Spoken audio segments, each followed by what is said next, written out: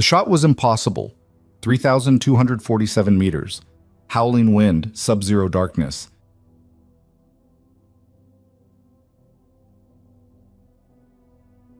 Every calculation said failure. But the woman they'd mocked for missing at 300 meters, the one they called rookie, the one they'd laughed off the range that morning, lay motionless on the frozen ridge, finger steady, breath controlled. 4 seconds of silence. Then a metallic echo rolled back through the mountains. Confirmed, impact. The worst shooter in the unit had just done what veterans couldn't. But here's what they didn't know yet. She hadn't been failing. She'd been testing them. And what she discovered would shatter everything they believed about who they were. This story will take you deep into the coldest battlefield you've never seen, where pride meets precision, and assumptions cost more than bullets. Stay with me until the very end. Drop a like, and comment your city below so I can see how far this story travels. You won't believe where this goes. The wind arrived first. It came screaming across the valley in waves, raw, vicious, the kind of cold that found every gap in your gear and reminded you that nature didn't care about your rank, your training, or how long you'd survived. It carved through the compound like a living thing, rattling the corrugated metal roofing, shaking the windows in their frames, turning breath into fog that hung in the air for seconds before vanishing. Forward operating base Sentinel. Elevation, 8,200 feet. Temperature, 12 degrees Fahrenheit and dropping. A collection of prefab structures clinging to the side of a mountain in a country whose name appeared on maps, but whose wars rarely made headlines anymore. This wasn't the kind of posting that got you promoted. It was the kind that tested whether you deserved to stay in the fight at all. Inside the northern barracks, 11 soldiers moved through their morning routines with the efficiency of people who'd done this 1,000 times. Boots laced tight, gear checked twice, coffee black and scalding, because out here, warmth was tactical. Corporal Drake Hollis sat near the window, cleaning his rifle with the kind of attention most people reserve for religion. 31 years old, 7 years in service. 2 deployments that had gone loud, one that never made the reports. He had the look of someone who'd earned his scars the hard way. Lean, hard-edged, with eyes that tracked movement even when he wasn't trying. His hands moved across the weapon automatically, muscle memory so deep he could have done it blindfolded. "Wind's picking up," someone muttered from across the room. Hollis didn't look up. Always does. "Range is gonna be hell. Range is always hell." He snapped the bolt carrier group back into place with a satisfying click. That's the point. Sergeant Nolan Pierce stood near the door, arms crossed, watching the valley through the frost-crusted window. 38, 12 years in. A sniper instructor before this posting, back when he still believed training could prepare you for everything. He'd learned better. Out here, theory met reality, and reality didn't grade on a curve. "New arrivals supposed to hit today," Pierce said, voice low. Hollis finally looked up. "Replacement for Chen?" "Yeah. About damn time. We've been short a spotter for 6 weeks." "Might not be a spotter." That got Hollis's attention. "What then?" Pierce shrugged. "Orders didn't say. Just said personnel reassignment. Could be anything." "Great." Hollis went back to his rifle. "Love surprises." Across the room, Private First Class Marcus Webb was doing push-ups, his 4th set of the morning. 23 years old, built like he'd grown up carrying things heavier than he should have, with the kind of relentless energy that either burned out fast or turned into something dangerous. He hit 50 and kept going. "You're making the rest of us look bad," someone called out. Webb grinned, breath coming hard. "That's the idea. Save it for the range, hero. Can't. Gotta be ready when..." The door opened. Cold air rushed in like a slap, and with it came a figure so small, so slight, that for a second everyone thought it was a mistake. A kid. A civilian. Someone lost. Then they saw the uniform. She was maybe 5'4", thin frame drowning in cold weather gear that looked 2 sizes too big, dark hair pulled back tight, face pale from the altitude or the cold or both.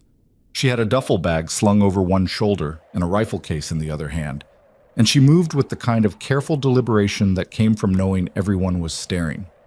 The room went quiet. Not the good kind of quiet, the evaluating kind, the kind that turned people into specimens under glass. Hollis set his rifle down slowly. Webb stopped mid-push-up. Pierce's expression didn't change, but his eyes sharpened. She stood there, just inside the door, letting it swing shut behind her. Didn't say anything. Didn't introduce herself. Just scanned the room once, quick, methodical, then moved toward the nearest empty bunk. "You lost?" Hollis's voice cut through the silence, casual but edged. She set her duffel down. "No. This is the advanced tactical unit." "I know. We don't usually get—" He paused, picking his words. "Transfers this late in rotation." She unzipped the rifle case, not looking at him. "I'm aware." Webb stood up, wiping his hands on his pants. "What's your name?"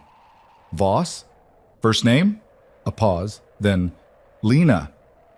"Where you coming from, Lena?" "Stateside." "Stateside."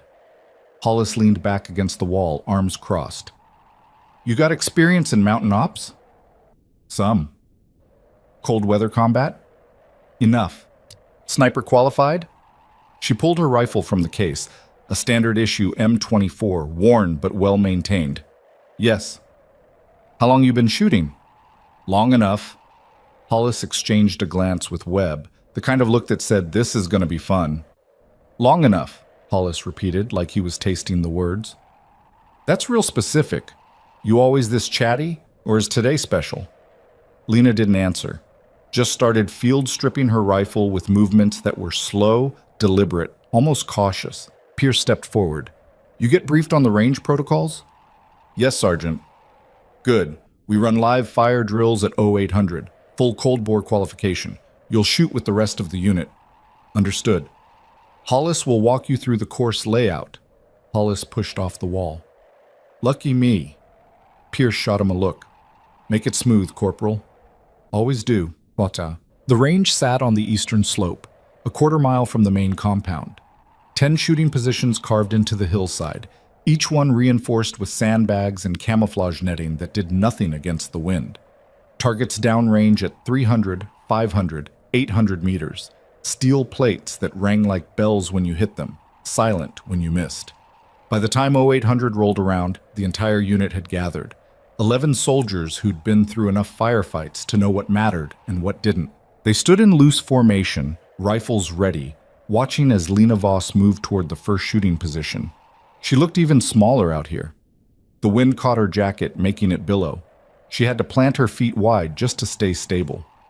"Jesus," someone muttered. "She gonna blow away?" Quiet laughter rippled through the group. Pierce raised a hand. "Settle." Lena knelt at the first position, setting up her rifle with the same careful slowness she'd shown in the barracks. She checked the scope, adjusted the bipod, pulled a small worn notebook from her pocket, and flipped through pages covered in cramped handwriting. Hollis stood a few feet behind her, arms crossed. "What's the notebook for?" "Notes." "On what?" "Conditions, patterns." "You taking notes on the wind now?" She didn't answer, just kept reading, lips moving slightly as if she were running calculations in her head. "Target's 300 meters, Hollis said. "Wind's quartering from the right, maybe 10 miles per hour. Cold bore, so your first shot's gonna run low. Dial up 1/2 mil. Hold right edge. Should be an easy hit." Lena closed the notebook, tucked it away. Got into position, prone, cheek pressed to the stock, body aligned with the rifle in a way that looked textbook but felt off. Like she was trying to remember how, instead of just doing it. "On your time," Pierce called out. She settled, breathed. Her finger curled around the trigger. The shot cracked across the valley. Downrange, the steel plate sat silent. Miss Hollis exhaled slowly. "Low and left. Told you. Dial up." Lena adjusted her scope. 1 click. 2. Second shot. Miss again. Closer, but still off. "Wind's pushing you," Hollis said. "You gotta lead it more." 3rd shot. Another miss. Now the laughter started. Low, barely audible, but there. The kind of sound that spreads like infection. "Come on, rookie," Webb called out. "It's 300. My grandmother could hit 300. More laughter. Louder this time. Lena didn't react. Just pulled the notebook out again, wrote something down in quick, precise strokes, then got back into position. 4th shot, 5th, 6th. All misses. By the seventh shot, the laughter had turned sharp. Hollis shook his head, stepping back. All right, that's enough. Next shooter. Lena didn't move. I said next shooter. She stayed prone, staring downrange through her scope. Voss, you're done. Slowly, she stood, cleared her rifle, stepped back without a word. As she walked past the group, someone said, loud enough for her to hear, "Guess qualified means something different stateside." She kept walking. One. The rest of the unit cycled through. Most of them hit their targets. Clean, efficient, professional. A few struggled with the wind, but they adjusted, adapted, put rounds on steel. This was what they did. This was who they were. Lena stood at the back, watching. Not sulking, not frustrated, just watching. Her hands didn't shake. Her expression didn't change. She pulled out the notebook occasionally, wrote something down, then put it away. Pierce noticed.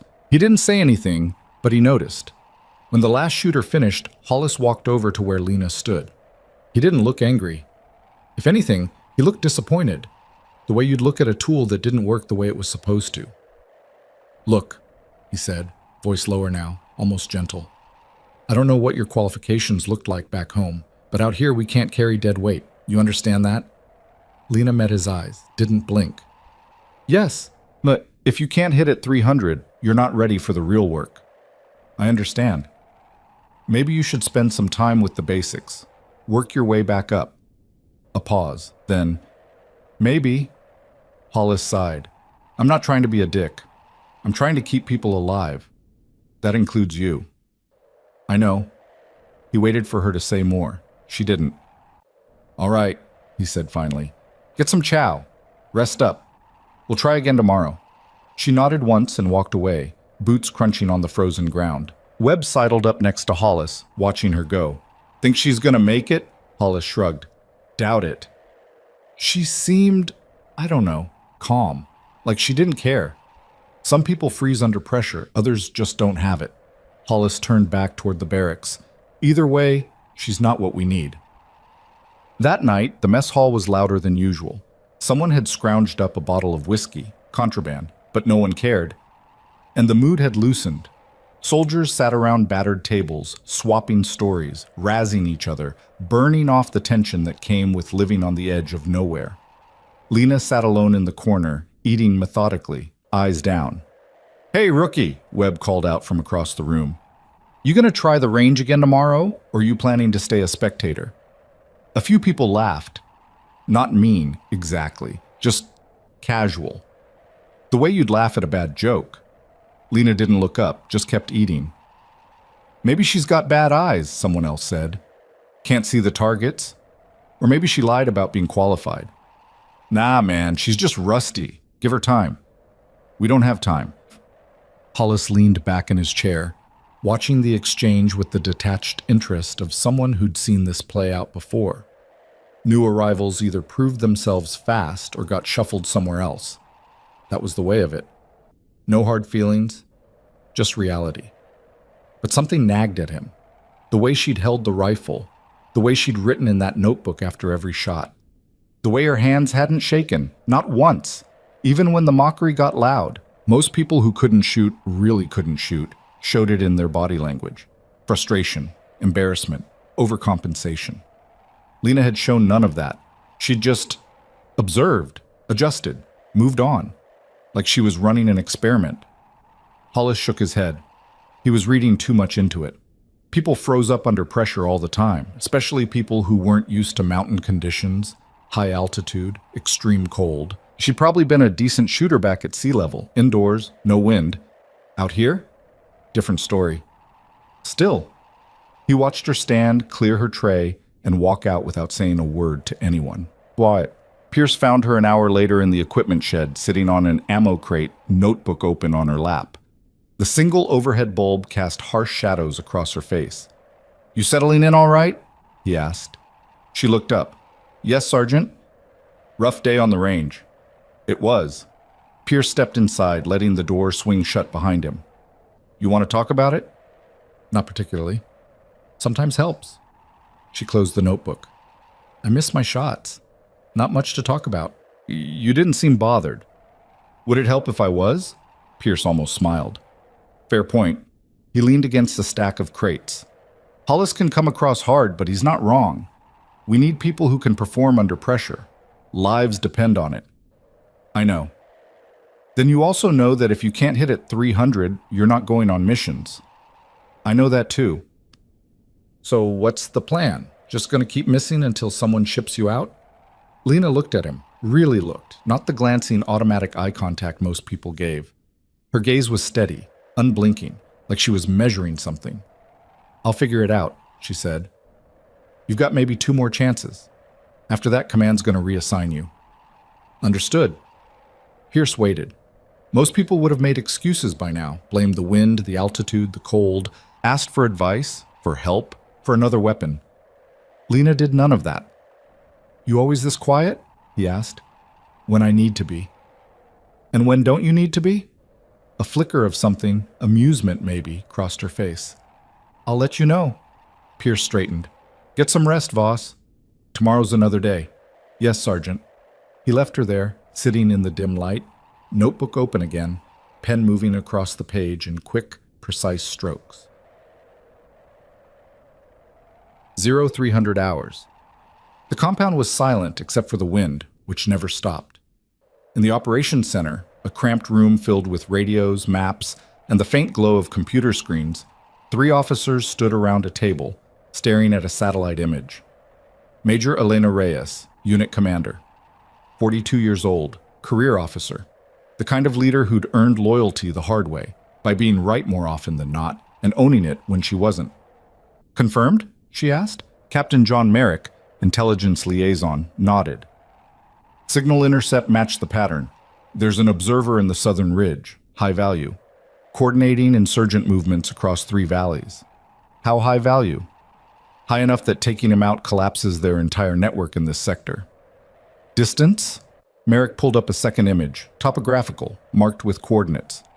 3,247 meters. The third officer, Lieutenant Sarah Chen, whistled low. That's ambitious. That's damn near impossible, Reyes said. What's the wind profile? Variable. Gusting 15 to 30 knots. Temperature inversion at 2,000 meters. Coriolis effect, spin drift, elevation differential. Merrick shook his head. Even our best would be looking at maybe 5% success rate. Who's our best? Pierce. Maybe Hollis on a perfect day. Reyes stared at the map. And if we miss? Observer relocates. We lose him. Network stays intact. And if we don't take the shot at all? Same result. She was quiet for a long moment. Then, assemble the unit. 600 briefing. Let's see who's willing to try. 0557 hours. The briefing room was packed. 11 soldiers sat in rows of folding chairs, steam rising from coffee cups, fatigue etched into faces. They'd been pulled from sleep with the kind of urgency that meant something real was happening. Reyes stood at the front, arms crossed, waiting for the last stragglers to settle. Listen up, she said. No preamble, no easing into it. We have a target. High-value enemy observer, Southern Ridge, grid November 7-4 Alpha. Intel says he's coordinating insurgent activity across the entire region. Take him out. We cripple their operations for months. She clicked a remote. The projector hummed to life, showing the satellite image. Distance, 3,247 meters. The room went dead silent. Someone finally spoke. Ma'am, that's... I know what it is, Reyes cut in. I also know what it means if we don't try. This is a volunteer op. No one's getting ordered into this. But if we have someone who can make the shot, I need to know now. No one moved. Hollis stared at the screen, jaw tight. 3,247 meters. He'd made shots at 2,000, even pushed 2,400 once in perfect conditions with a spotter who knew his rhythm. But over 3,000? In mountain wind? That wasn't marksmanship. That was prayer with a scope. Pierce leaned forward, elbows on his knees, studying the image. Temperature inversion, variable wind, extreme elevation. Every factor screamed failure, and yet, what's the timeline, Chet? He asked. Observer's active for another 72 hours, Merrick said. After that he moves. We lose the window. So we've got 3 days. Less. Mission needs to happen at night. Limits visibility, limits counter-response. That gives us tomorrow night. One shot. Webb raised a hand. What's the backup plan if we miss? There isn't one. The weight of that settled over the room like snow. Hollis exhaled slowly.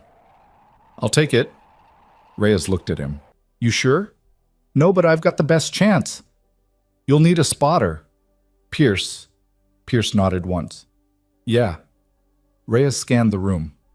Anyone else? Silence. Then from the back, a voice, quiet, calm, almost conversational. I'll take the shot. Every head turned. Lena Voss sat in the last row, hands folded in her lap, expression unreadable. For a second, no one reacted. Then the laughter started. Not loud, just disbelieving. The kind of laugh you make when someone says something so absurd it doesn't even register as serious. Rookie, Webb said, grinning, you can't hit at 300. What makes you think... I'll take the shot, Lena repeated. Louder this time. Clearer. Hollis turned in his chair. Voss, no offense, but you're not qualified for this. I am. You missed every target yesterday. I know. So why would we let you take a shot that even I'm not confident about? She met his eyes. Because I can make it. The room erupted. Are you serious? She's delusional. This isn't a training exercise, Rookie. This is real. Reyes raised a hand. The noise died down. Voss? Explain. Lena stood, pulled out her notebook, walked to the front of the room and set it on the table. The pages were covered in dense handwriting, numbers, diagrams, equations, wind calculations, trajectory curves.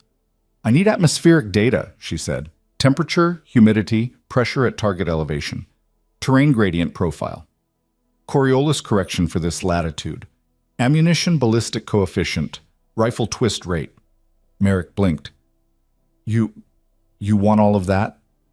Yes. Why? Because at that distance, every variable matters. Temperature affects air density. Humidity changes drag. Terrain gradient shifts line of sight versus actual range. Coriolis drift at this latitude is non-negligible. Spin drift compounds over distance. I need to account for everything. Pierce leaned forward. You know how to calculate all that? Yes. By hand? If I have to. Hollis stood up, shaking his head. This is insane. Ma'am, with respect, she can't even hit a steel plate at 300 meters. Now she wants to take a 3,200-meter shot based on, what, math? Lena turned to him. The shots yesterday weren't about hitting. They were about learning. Learning what? How your rifles perform. How the wind moves through this valley. How altitude affects trajectory. How your scopes are zeroed. How you shoot. The room went quiet again. Different this time. Uncertain. Hollis's voice dropped. What are you talking about?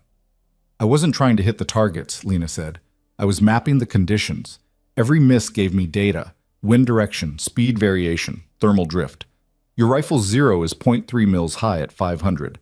Webb's is 0.2 low. The wind in this valley doesn't gust randomly. It pulses every 18 to 22 seconds. Temperature inversion starts at 2,100 meters, not 2,000. She tapped the notebook. I wasn't failing. I was studying. Dead silence. Pierce stared at her, then at the notebook, then back at her. Reyes stepped forward. You're saying you missed on purpose? Yes, ma'am. Why? Because I needed to understand the environment before I could make a real shot. And now you understand it? Enough! Hollis laughed, sharp, humorless.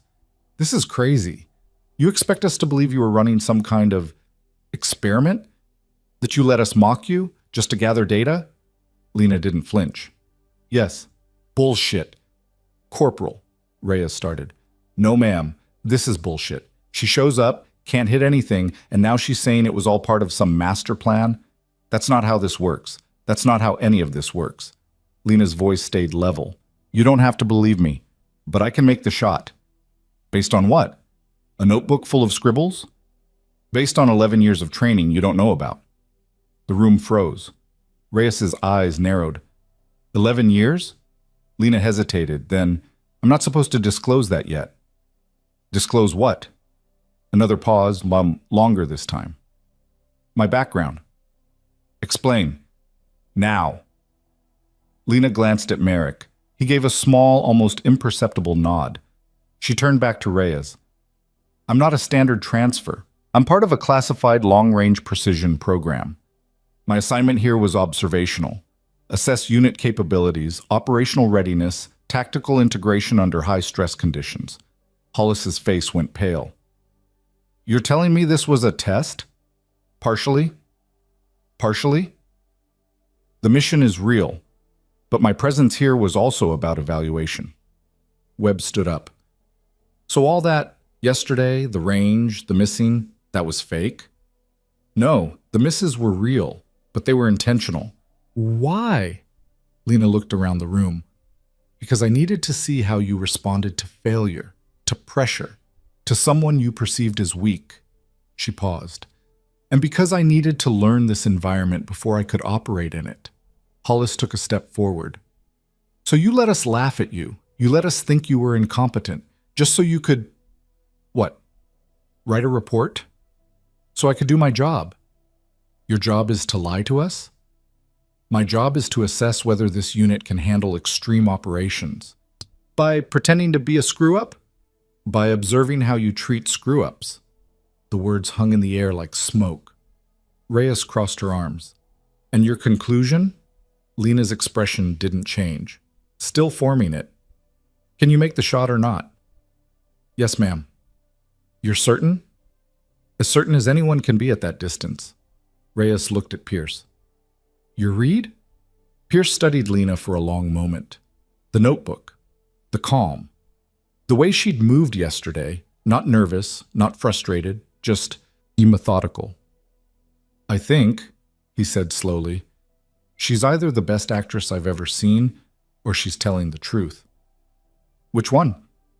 I don't know, but I know she's not afraid. Reyes nodded, then turned to Hollis. Corporal? Hollis stared at Lena, jaw clenched. I think this is the dumbest thing I've ever heard. That's not an answer.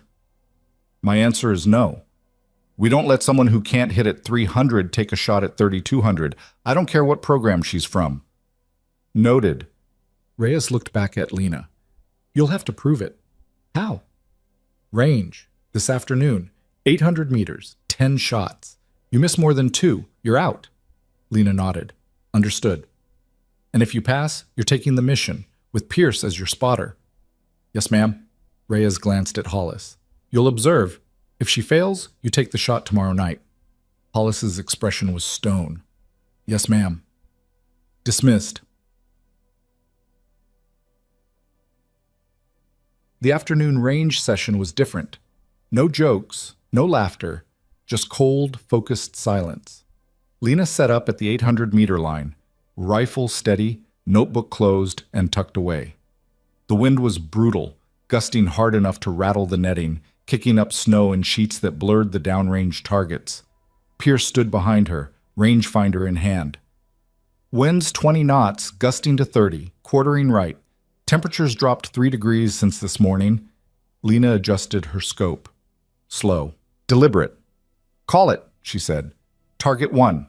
800 meters. Wind right to left. Call it 2 mils. She settled into position. Exhaled halfway. Held. The shot cracked. Downrange, the steel plate rang. Hit. No one spoke. Target 2, Pierce called. Same range, winds shifting, now left to right. 1.5 mils. She adjusted. Fired. Another hit. By the 5th shot, Hollis had stopped watching the targets. He was watching her. The way she didn't rush. The way her breathing stayed even. The way she seemed to wait for something, not forcing the shot, just ready. 6th shot. Hit. 7th. Hit. 8th. The wind gusted hard. Snow whipped across her scope. She held position, finger off the trigger. Seconds passed. Then the gust faded just slightly, and she fired. Hit. Webb exhaled. Jesus. 9th shot. Hit. 10th shot. Hit. 10 for 10. Lena cleared her rifle, stood, and turned to face the group. Hollis stared at her. How? I told you I was studying. No one shoots like that after missing at 300. I didn't miss at 300 because I couldn't hit. I missed because I was learning. That's He stopped, shook his head. I don't believe you. You don't have to. Reyes stepped forward. You're cleared for the mission. 0300 departure. Pierce, you're her spotter. Hollis, you're backup in case of abort. Everyone else, standard support protocol. Lena nodded. Yes, ma'am. As the group dispersed, Pierce walked up beside her. You really did that on purpose? Yesterday? She glanced at him. Would you have let me near this mission if I'd hit everything first try? Probably not. Then yes, I did it on purpose. Why? Because I needed to see this place the way it is, not the way I thought it would be. She paused. And I needed to see all of you the same way. And? A faint smile. You're better than you think, and worse than you believe. She walked away before he could respond. That night, the barracks was quieter than usual. Lena sat on her bunk, cleaning her rifle, movements precise and unhurried. Around her, the others moved through their routines, but the energy had shifted. No more jokes, no more laughter, just questions no one wanted to ask out loud. Hollis sat across from her, watching. Finally, he spoke. You made us look like idiots. Lena didn't look up. No, you did that yourselves. By laughing at you? By assuming. He was quiet for a moment. What were you assessing, really? How you handle unknowns, how you treat people you perceive as weak, how you respond to failure, yours and others. And? She set down her cleaning rod, met his eyes. You're good soldiers, but you rely too much on what you think you know. You see someone struggle, and you write them off.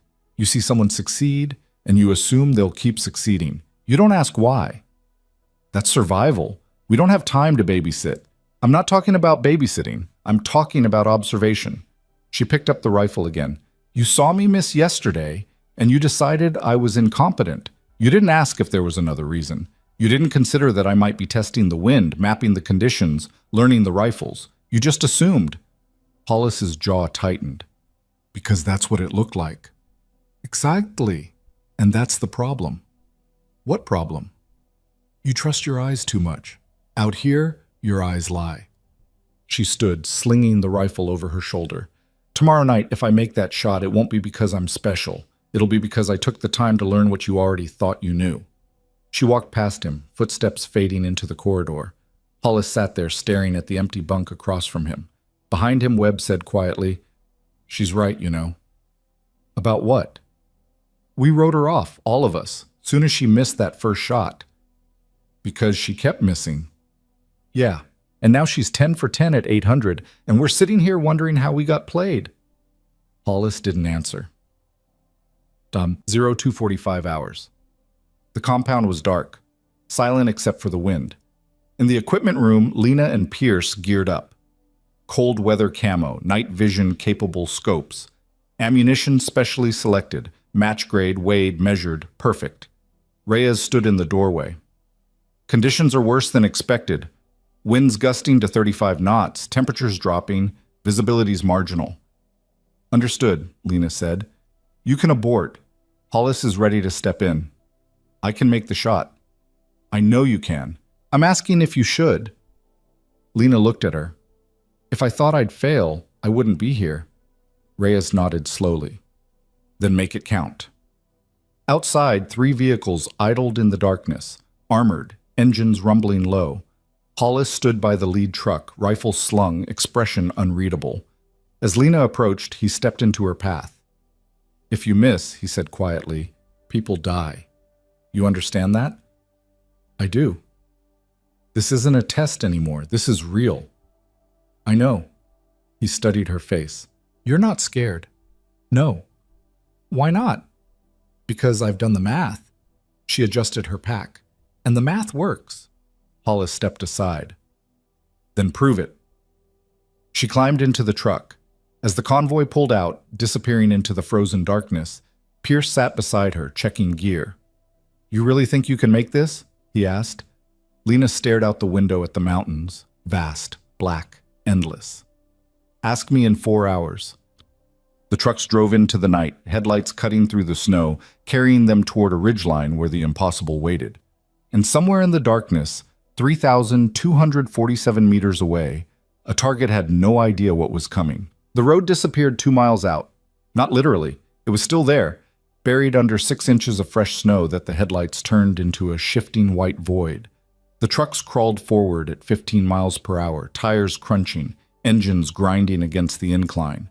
Outside, the temperature had dropped to 6 degrees. Inside, breath fogged the windows faster than the defrost could clear them. Lena sat in the back of the lead vehicle, rifle case between her knees, watching the darkness slide past.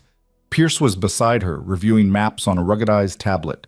Hollis sat across from them, silent, jaw tight, staring at nothing. The driver, Specialist Raines, 26, from somewhere in Texas, glanced in the rear view. "Road's gonna get worse before it gets better." "How much worse?" Pierce asked. "Switchbacks start in about 10 minutes. After that, it's all loose gravel and ice. We'll be lucky to hit 10 miles per hour." "How far to the insertion point?" 12 miles. At this rate, hour and a half. Maybe 2 if the weather turns. Pierce checked his watch. 03:02. They needed to be in position by 0500 to have any chance of making the shot before dawn. That left them maybe 30 minutes of buffer. Not much. Not enough if anything went wrong. He glanced at Lena. She hadn't moved since they'd left the compound. Just sat there, hands folded, eyes half closed like she was resting. But her breathing was too controlled for sleep. She was doing something, calculating, rehearsing, running through scenarios in her head. "You good?" he asked quietly. She opened her eyes. "Yeah." "Need anything?" "Not yet." Hollis shifted in his seat. "You always this calm before a mission?" "Usually. Even when the odds are this bad?" "Especially then." "Why?" "Because panic doesn't improve accuracy." Hollis almost smiled. "Fair point." He leaned back, arms crossed. "You really been doing this for 11 years?" "Yes." "And we've never heard of you." "That's the idea." "What kind of program stays classified for that long?" Lena glanced at Pierce. He gave a small nod, permission to speak within limits. "The kind that handles problems no one wants on record," she said. "What kind of problems?" "The impossible kind." Hollis waited for more. She didn't offer it. "You always this cryptic?" he asked. "Or is it part of the job?" "Both." The truck hit a pothole. Everyone jolted forward. Raines cursed, corrected, kept driving. Pierce pulled up a topographical overlay on the tablet. "Insertion points here." He tapped the screen. "Ridge overlook, elevation 9,400 feet. From there, it's a half-mile hike to the firing position. Terrain's exposed. No cover once we're out of the tree line." "Wind?" Lena asked. "Variable. Could be 20 knots. Could be 40. Temperature? Probably below 0 by the time we're in position." She nodded, absorbing it. "How long do we have to take the shot?" "Window opens at 0430. Target's most active between 0430 and 0500. After that, he relocates. We miss that window. Mission's over." "So one shot. One chance." "Yeah." Hollis leaned forward. "And if you miss?" Lena looked at him. "Then you were right, and I shouldn't be here." "That's not an answer." "It's the only one I have." The truck climbed higher. The switchback started. Tight, narrow turns that forced Raines to slow even further. The wheels skidded twice, caught, kept going. Outside, the wind picked up, hammering the vehicle in gusts that made the whole frame shudder. "Jesus," Raines muttered. "This is insane." Pierce checked the GPS. "How far?" 8 miles. "Time?" "Oh, 3:27. They were falling behind. By the time they reached the insertion point, it was 03:52. 23 minutes past schedule. The truck stopped in a clearing surrounded by skeletal trees that creaked and swayed in the wind. The convoy killed the engines. For a moment, the only sound was the wind, low, steady, relentless. Lena stepped out first. The cold hit her like a wall. She pulled her balaclava up, adjusted her goggles, shouldered her rifle case. Pierce followed, already scanning the terrain with night vision binoculars. Hollis jumped down, boots crunching in the snow. He looked at the ridgeline ahead, a jagged black silhouette against the slightly less black sky, and shook his head. "Half a mile," he said. "Uphill. In this wind, We'll be lucky to make it in 30 minutes. Then we move fast, Pierce said. You ever try moving fast at 9,000 feet? Yeah, it sucks. Let's go. The team assembled quickly, Lena and Pierce up front, Hollis and two others, Webb and a rifleman named Torres, behind them. The rest stayed with the vehicles, securing the perimeter, monitoring radio traffic. Pierce checked his watch. We've got 38 minutes to get in position and take the shot. Everyone clear? Nods all around. Then move. They started hiking. The terrain was worse than the map suggested. Loose rock hidden under snow, ice patches that sent boots sliding. The wind came in waves, strong enough to push you off balance if you weren't braced. Altitude made every breath feel thin, incomplete. Lena's lungs burned after the first 100 yards. She kept moving, one foot in front of the other, rifle case strapped across her back, eyes on Pierce's silhouette ahead. Behind her, she could hear Hollis breathing hard, Webb cursing under his breath. Torres silent, steady, keeping pace. 15 minutes in, they hit the tree line. The forest offered some shelter from the wind, but the snow was deeper here, knee-high in places. They had to wade through it, pushing forward, burning energy they'd need later. Pierce stopped at a fallen log, kneeling to check the GPS. Quarter-mile left. Elevation gain of about 400 feet. Terrain? Lena asked. Exposed ridge, no cover, wind's gonna be worse. How much worse? He glanced at the anemometer clipped to his vest. Gusting to 45 right now. Could hit 50 up there. Hollis stepped up beside them. That's extreme conditions, even for a standard shot.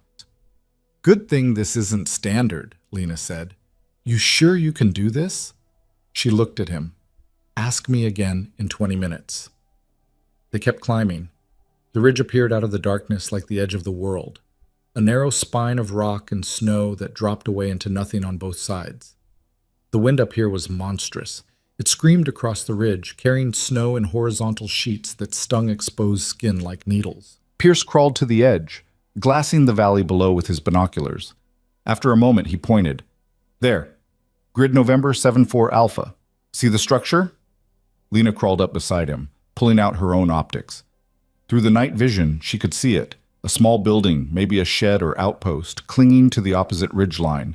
Distance looked impossible, a void of darkness between here and there. 3,247 meters, Pierce confirmed, reading the rangefinder. Give or take 5, and Lena studied the structure. A single window, faintly lit from inside. Movement, just a shadow, barely visible. Target's inside, she said. Yeah. Intel says he comes to the window every 20 minutes or so. Checks the valley, makes radio calls, then moves back. How long is he visible? 30 seconds, maybe 40 if we're lucky. And if he doesn't show during our window? Then we pack up and explain to command why we drove 2 hours through hell for nothing. Lena set down her optics, started unpacking her rifle. The case opened with a soft click. Inside, the M24 lay in custom foam padding, disassembled, cleaned, ready. She pulled out the pieces, started assembling them by feel. Stock to receiver, barrel, scope, bipod. Every movement practiced, automatic. Pierce sat up beside her, pulling out the spotting scope, wind meter, range cards. I'll call wind and elevation. You make the adjustments. Copy.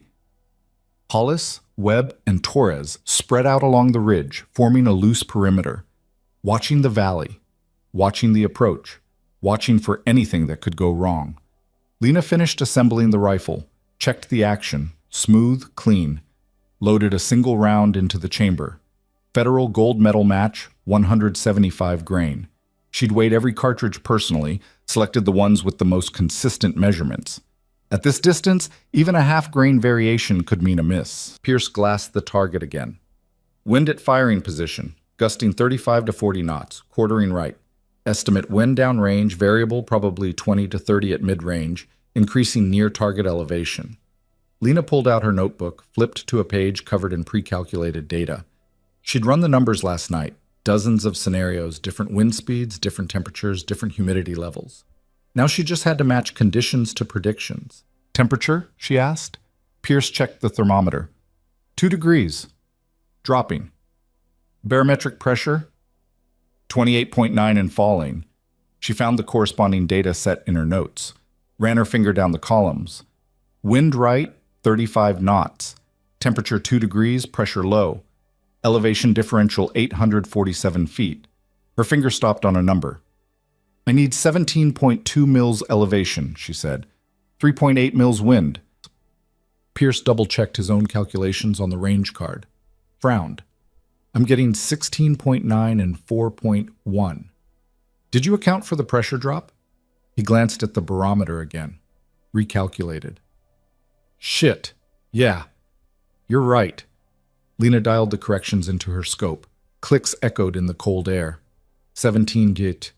18 m. 19 bit. She stopped at exactly 17.2, then adjusted windage. 3 full mils. 0.8 more. Set, she said. Pierce checked his watch. 0423. We've got 7 minutes before the window opens. Lena got into position, prone, rifle resting on the bipod, body aligned behind the scope. She pressed her cheek to the stock, found the target through the reticle. The lit window was tiny, a pinprick of light in an ocean of darkness. Target acquired, she said. Copy. Now we wait. The wind howled around them. Lena's body temperature started dropping almost immediately, lying still, pressed against frozen rock, no movement to generate heat. She could feel the cold seeping through her layers into her core. Her fingers started going numb inside her gloves. She ignored it, focused on her breathing, slow, controlled. Each exhale timed to the rhythm of her heartbeat. Behind her, Hollis watched through his own scope. He couldn't see much, just her silhouette, motionless, merged with the rifle like they were one piece. No fidgeting, no adjusting, just absolute stillness. She's not moving, Webb whispered. I can see that. How long can someone hold position like that? Long as they need to. In this cold? Hollis didn't answer. He was watching Lena's breathing, the small clouds of vapor that appeared, rhythmic, perfectly timed. Most people's breath quickened when they were cold. Hers was slowing down. Pierce glassed the target.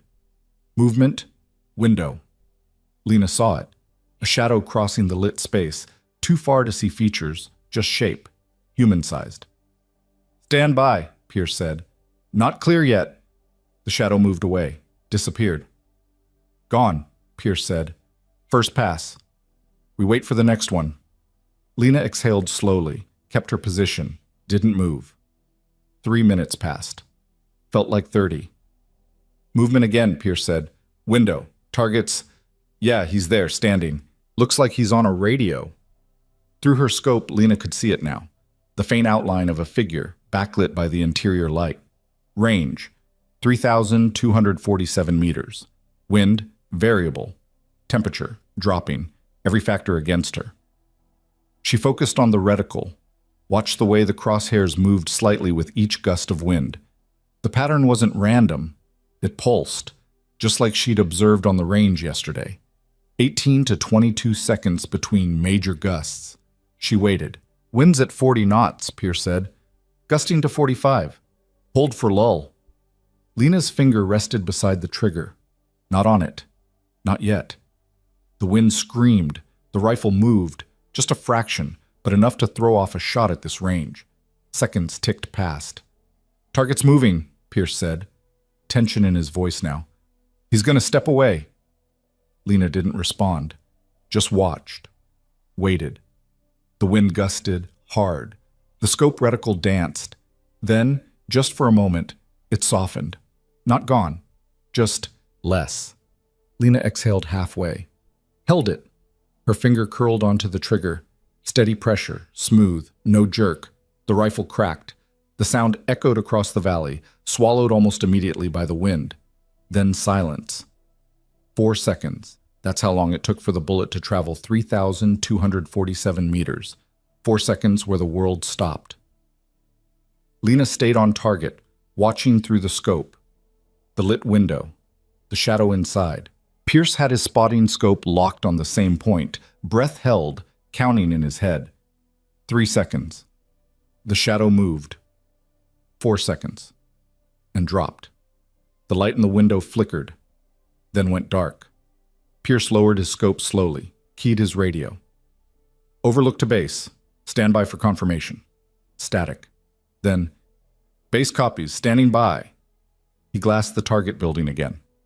No movement, no light, just darkness. Another radio clicked on, different frequency. Intel channel. A voice came through, flat, professional. Signal intercept confirms target transmission ceased mid-broadcast. No subsequent activity. Pierce exhaled, keyed his radio again. Overlook to base, confirmed impact, target neutralized. For a long moment, no one moved. Then Hollis lowered his own scope, stared at Lena's back. She hadn't moved, still prone, still locked on target. Holy shit, Webb whispered. Torres just shook his head. Pierce reached over, tapped Lena's shoulder. You can come off target.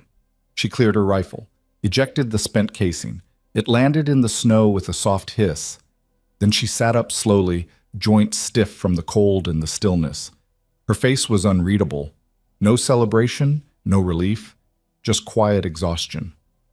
Good shot, Pierce said. Thanks.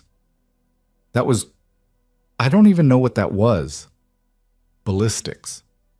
That was a lot more than ballistics. She packed her rifle in silence, hands moving automatically. Stock, barrel, scope. Back into the case. Every piece in its place. Hollis walked over, stopped a few feet away, stared at her for a long moment. How? He asked finally. How what? How did you make that shot? I told you. Math. Don't give me that. I know the math. I've run those calculations 100 times. The wind alone should have made that shot impossible. Lena zipped the rifle case closed. The wind wasn't random. It had a pattern, 18 to 22-second cycles. I waited for the lull. Lulls at that speed aren't predictable. They are if you watch long enough. You watched for 3 minutes. I've been watching since we got here, since yesterday, since the moment I stepped off that transport. She stood, shouldering the case. I told you, I wasn't failing on the range. I was learning. Webb stepped closer. So all of it, yesterday, the misses, the notebook, that was you mapping wind patterns? Partially. Also rifle performance, scope 0, ammunition consistency, atmospheric pressure gradients. She paused. And testing how all of you react under pressure. Testing us, Hollis said, while we were laughing at you. Yes. Why? Because I needed to know if you'd keep your heads when things got real. She looked at him directly. And I needed to see who would write me off based on first impressions. The words landed like stones. Hollis's jaw tightened. That's cold. That's the job. Your job is to manipulate people? My job is to assess whether units can handle extreme operations. That includes seeing how they treat perceived weakness. By letting us think you were incompetent. By giving you every reason to doubt me and seeing what you did with it. Pierce stepped between them. All right, we can debrief later. Right now we need to move. Weather's getting worse and we've got a 2-hour drive back. Lena nodded, started walking toward the tree line. Hollis watched her go. Behind him, Webb said quietly, She played us. All of us. Yeah. And she made a shot I wouldn't have tried in a million years. Yeah. So what does that make her? Hollis didn't answer. He just turned and followed, boots crunching in the snow. The drive back was quieter than the drive out. Everyone was exhausted. The adrenaline had burned off, leaving only fatigue and cold and the strange hollow feeling that came after something significant happened, too big to process immediately, too heavy to ignore. Lena sat in the same seat, rifle case between her knees, eyes closed. This time, she actually was sleeping, head tilted back, breathing slow and deep. Pierce sat across from her, reviewing mission data on the tablet. Wind logs, temperature readings, shot calculations. He kept coming back to the same numbers, the same impossible math. You're staring, Hollis said. Pierce glanced up, just trying to figure out how she did it. She told you. Math. The math doesn't account for everything. Wind at that distance isn't just numbers, it's chaos. You can calculate the average, but the instant-to-instant variation? That's feel. That's experience. She's got 11 years. 11 years doing what, though? What kind of program trains someone to shoot like that? Hollis leaned back. The kind we're not supposed to know about. The truck hit another pothole. Lena's eyes opened briefly, then closed again. She doesn't trust us, Hollis said. Can you blame her? We didn't do anything wrong. We evaluated her based on performance. She failed. We responded accordingly. She failed on purpose. How were we supposed to know that? Pierce set down the tablet. That's the point. We weren't. She was testing whether we'd look deeper, whether we'd ask questions, whether we'd consider alternatives before making judgments. That's manipulation. That's assessment. Same thing. Not even close. Hollis crossed his arms. You defending her now? I'm saying she has a job, just like we do, and her job includes evaluating how units perform under non-standard conditions. By lying to us, by giving us incomplete information and seeing what we do with it. Pierce paused, which, when you think about it, is exactly what combat does. Hollis didn't respond. He just stared out the window at the passing darkness. They reached the compound at 6:12. Dawn was starting to break, pale gray light bleeding into the eastern sky, turning the mountains from black to dark blue. The convoy pulled through the gates, engines shut off, doors opened. Everyone climbed out stiff, cold, drained. Major Reyes was waiting near the operations center, arms crossed, expression unreadable. Pierce approached first. Mission accomplished, ma'am. Target neutralized. Reyes nodded. Intel confirmed. Enemy communications went dark immediately after the shot. Networks already showing signs of collapse. She paused. Hell of a shot. Boss made it. I just spotted. Reyes looked past him to where Lena stood pulling gear from the truck. I want a full debrief in 2 hours.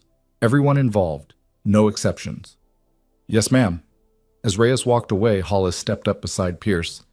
You think she's going to tell us the truth now? About what she's really doing here? Doubt it. Then what's the point of the debrief? Protocol. Documentation. Making sure everyone's story matches. Pierce glanced at him. And giving her another chance to evaluate us. Hollis shook his head. I don't like this. You don't have to like it. You just have to deal with it. The debrief happened in the operations center at 800. The room was warm, almost too warm after hours in the cold, and smelled like coffee and exhaustion. Reyes sat at the head of the table, Pierce and Lena on one side, Hollis, Webb, and Torres on the other. Captain Merrick stood near the back, tablet in hand, recording everything. Let's start with the basics, Reyes said. Mission timeline. Pierce? Pierce walked through it. Departure time, route, insertion, approach, shot execution, exfil. By the book, professional, no embellishment. When he finished, Reyes turned to Lena. Anything to add? No, ma'am. Sergeant Pierce's account is accurate. Walk me through the shot itself, conditions, adjustments, decision-making. Lena pulled out her notebook, flipped to the relevant page. Wind at firing position averaged 37 knots with gusts to 45. Temperature was 2 degrees Fahrenheit. Barometric pressure 28.9 inches and dropping. I calculated 17.2 mils elevation correction and 3.8 mils wind correction based on pre-mission modeling and real-time observation. And the timing? I waited for a lull in the wind pattern. Patterns at this elevation tend to cycle every 18 to 22 seconds. I observed the cycle, confirmed consistency, then took the shot during the optimal window. Reyes leaned back. You observed this pattern in 3 minutes of waiting? I observed it over the past 36 hours. The wait on the ridge was confirmation. Explain. Lena hesitated, glanced at Merrick. He nodded. Permission to disclose. My primary assignment here wasn't as a standard transfer, Lena said. I'm part of a long-range precision program, classified. I was sent to assess this unit's operational readiness and capability under extreme conditions. By pretending to be incompetent, Hollis cut in. Lena looked at him. By providing a baseline scenario to evaluate response patterns. That's a fancy way of saying you lied. I controlled variables. There's a difference. Not to us. Reyes raised a hand. Corporal, let her finish. Lena turned back to Reyes. The program I'm part of specializes in extreme distance engagements under adverse conditions. Our training includes not just marksmanship, but meteorology, ballistics engineering, environmental psychology, and operational assessment. Part of that assessment involves embedding in units to evaluate how they handle stress, uncertainty, and non-standard personnel. So the range performance yesterday, Reyes started, was intentional, Lena finished.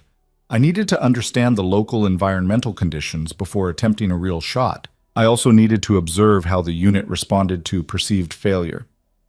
And your conclusion? A pause. Then, mixed. Elaborate. Lena chose her words carefully.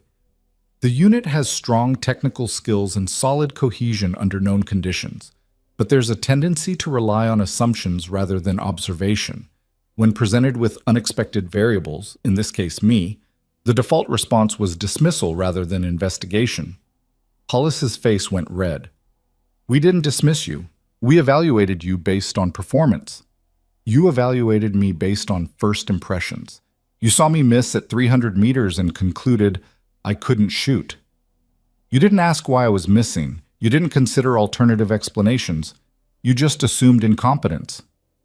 Because that's what it looked like. Exactly. Lena leaned forward. And that's the problem.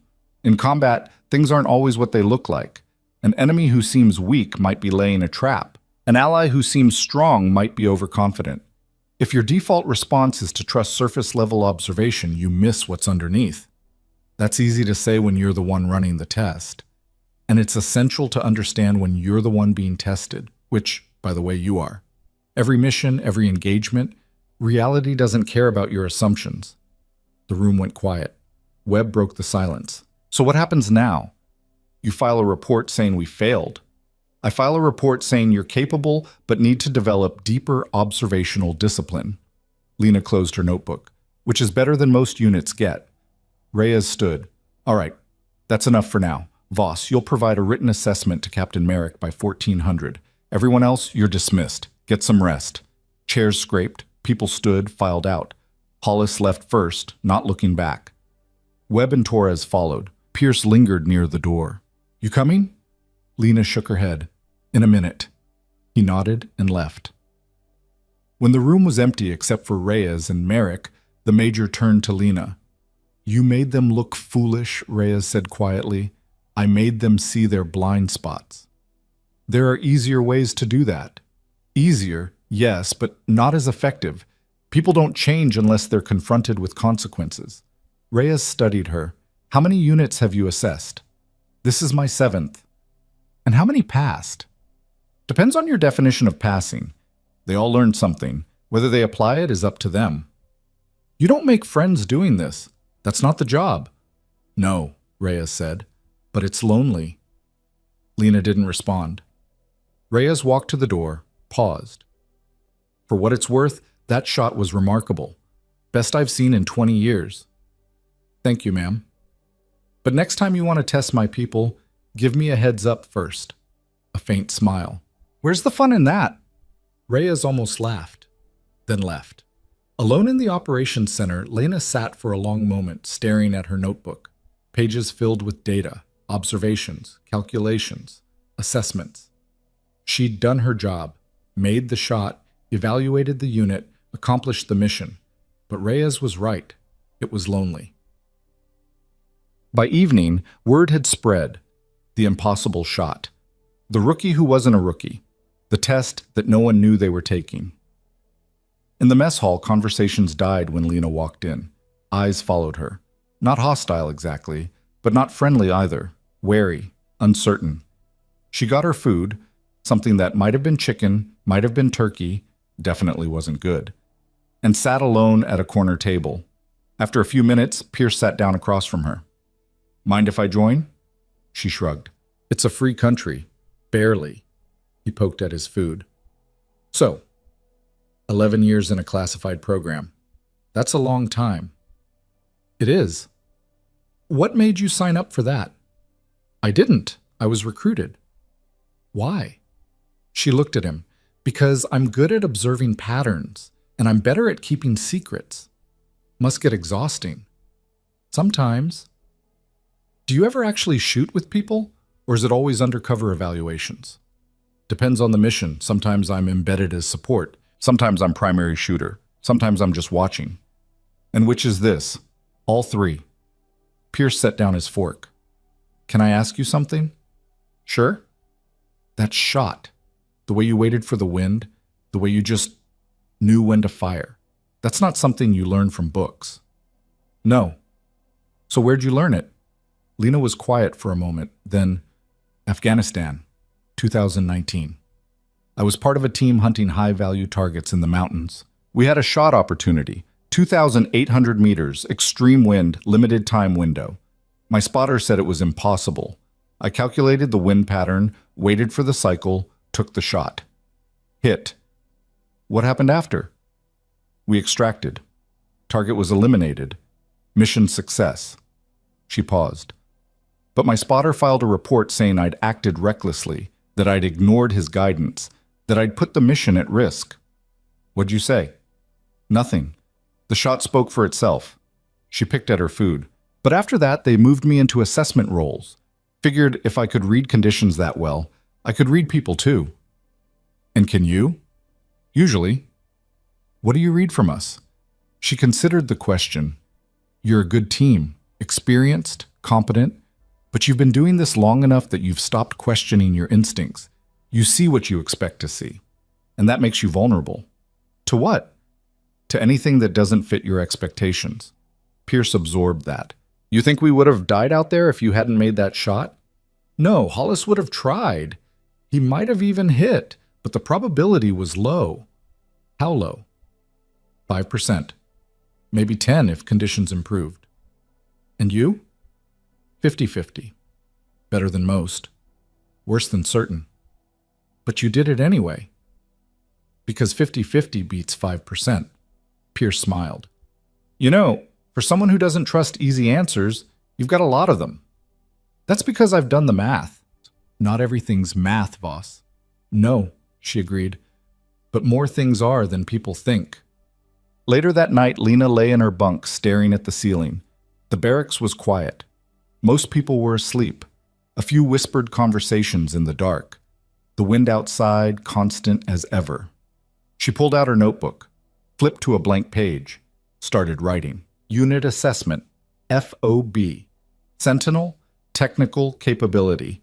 High Tactical Cohesion. High Observational Discipline. Moderate Adaptability to Unknown Variables. Low to moderate, response to non-standard personnel. Dismissive initially, improving post-demonstration. Recommendation. She stopped, pen hovering over paper. What was the recommendation? They were good soldiers. They'd survived most missions. But they had blind spots, big ones. The kind that got people killed when the situation didn't match their expectations. But they'd also adapted. Once they saw what she could do, they'd started questioning their assumptions. Not all of them, not completely, but enough to matter. Was that growth or just reaction? She didn't know yet. After a moment, she wrote, Recommendation, continued operational deployment with emphasis on scenario-based training that challenges assumptions. Unit shows capacity for growth but requires external pressure to activate it. She closed the notebook, tucked it under her pillow. Across the room, someone was watching her. She felt it before she saw it. Hollis, lying in his bunk, eyes open, staring at the ceiling. Their eyes met in the darkness. Neither spoke. After a long moment, Hollis turned over, facing the wall. Lena closed her eyes. Tomorrow, she'd file her report. The day after, she'd probably get new orders. Another unit. Another assessment. Another mission where she'd pretend to be something she wasn't, to see what people revealed when they thought no one important was watching. It was the job. It was lonely, and she was very, very good at it. Outside, the wind howled across the frozen valley, carrying snow and secrets into the endless dark. The alarm shattered the silence at 0347, not the regular wake-up call. The emergency klaxon, sharp, piercing, impossible to ignore. Lena was on her feet before the second blast, boots laced, rifle in hand, moving on pure instinct. Around her, the barracks erupted. Soldiers stumbling out of bunks, grabbing gear, voices overlapping in controlled chaos. What's happening? I don't know. Everyone up, now! The intercom crackled. Major Reyes's voice clipped and urgent. All personnel to Operations Center, immediate. This is not a drill. Lena was already moving. She hit the corridor at a run, Pierce falling in beside her, Hollis close behind. Webb and Torres emerged from adjacent rooms, half-dressed, but armed. Any idea what this is? Pierce asked. No. They reached the operations center in under 2 minutes. The room was packed. Every soldier from the unit, plus support staff, intelligence liaisons, even the mechanics who kept the vehicles running. Everyone crammed into a space meant for half this many people. Reyes stood at the front, face pale in the harsh fluorescent light. Captain Merrick was beside her, tablet in hand, expression grim. "Listen up," Reyes said. No preamble, no easing into it. 40 minutes ago, we received intel from satellite surveillance. There's been movement in the Northern Valley, enemy forces, significant numbers, moving toward a civilian settlement. She clicked the remote. The main screen lit up with aerial imagery, thermal signatures, dozens of them, maybe more. The settlement is home to approximately 200 people, mostly families. No defensive capabilities. Intel suggests the enemy force is planning a raid. Supplies, hostages, strategic positioning. If they reach that village, it's a massacre. The room went cold. "How far out are they?" someone asked. 12 miles, moving fast. We estimate they'll reach the village in 90 minutes. What's our response time? If we leave now, we can intercept in 70. Hollis stepped forward. What's the enemy's strength? Merrick pulled up another image. Best estimate, 40 to 50 combatants. Heavily armed, experienced. They're using the terrain for cover, moving in dispersed formation. Against how many of us? 11 shooters, plus support. The math was brutal. 40 against 11. In unfamiliar terrain, at night. Webb exhaled slowly. That's suicide odds. That's the situation, Reyes said flatly. Command is scrambling air support, but the nearest strike capability is 2 hours out. By then, it's over. We're the only asset close enough to make a difference. So what's the play? Pierce asked. Reyes looked at him. We don't have one yet. That's why you're here. I need options. Fast. The room broke into low conversations. Soldiers clustering around maps, running scenarios, calculating distances and angles and kill zones. Lena stood near the back, silent, studying the satellite imagery. The enemy formation, the terrain, the settlement's position in the valley. Her mind started running calculations automatically. Distance, elevation, approach vectors, choke points. We can't take them head on, Hollis said, pointing at the map. They've got numbers and firepower. We'd get shredded. Ambush? Someone suggested. Where? The valley's wide open. No natural cover until you're practically on top of the village. What about slowing them down? Force them into a bottleneck? With what? We don't have time to set traps. The conversation spiraled. Everyone talking, no one landing on anything solid. Lena kept staring at the map, at the terrain features, at the elevation lines. There was something there, a pattern, a possibility. What about high ground? She said. The room went quiet. Everyone turned. Reyes looked at her. Explain. Lena stepped forward, pointing at the map. Here. Ridge overlooking the valley approach. Elevation approximately 1,200 feet above the valley floor.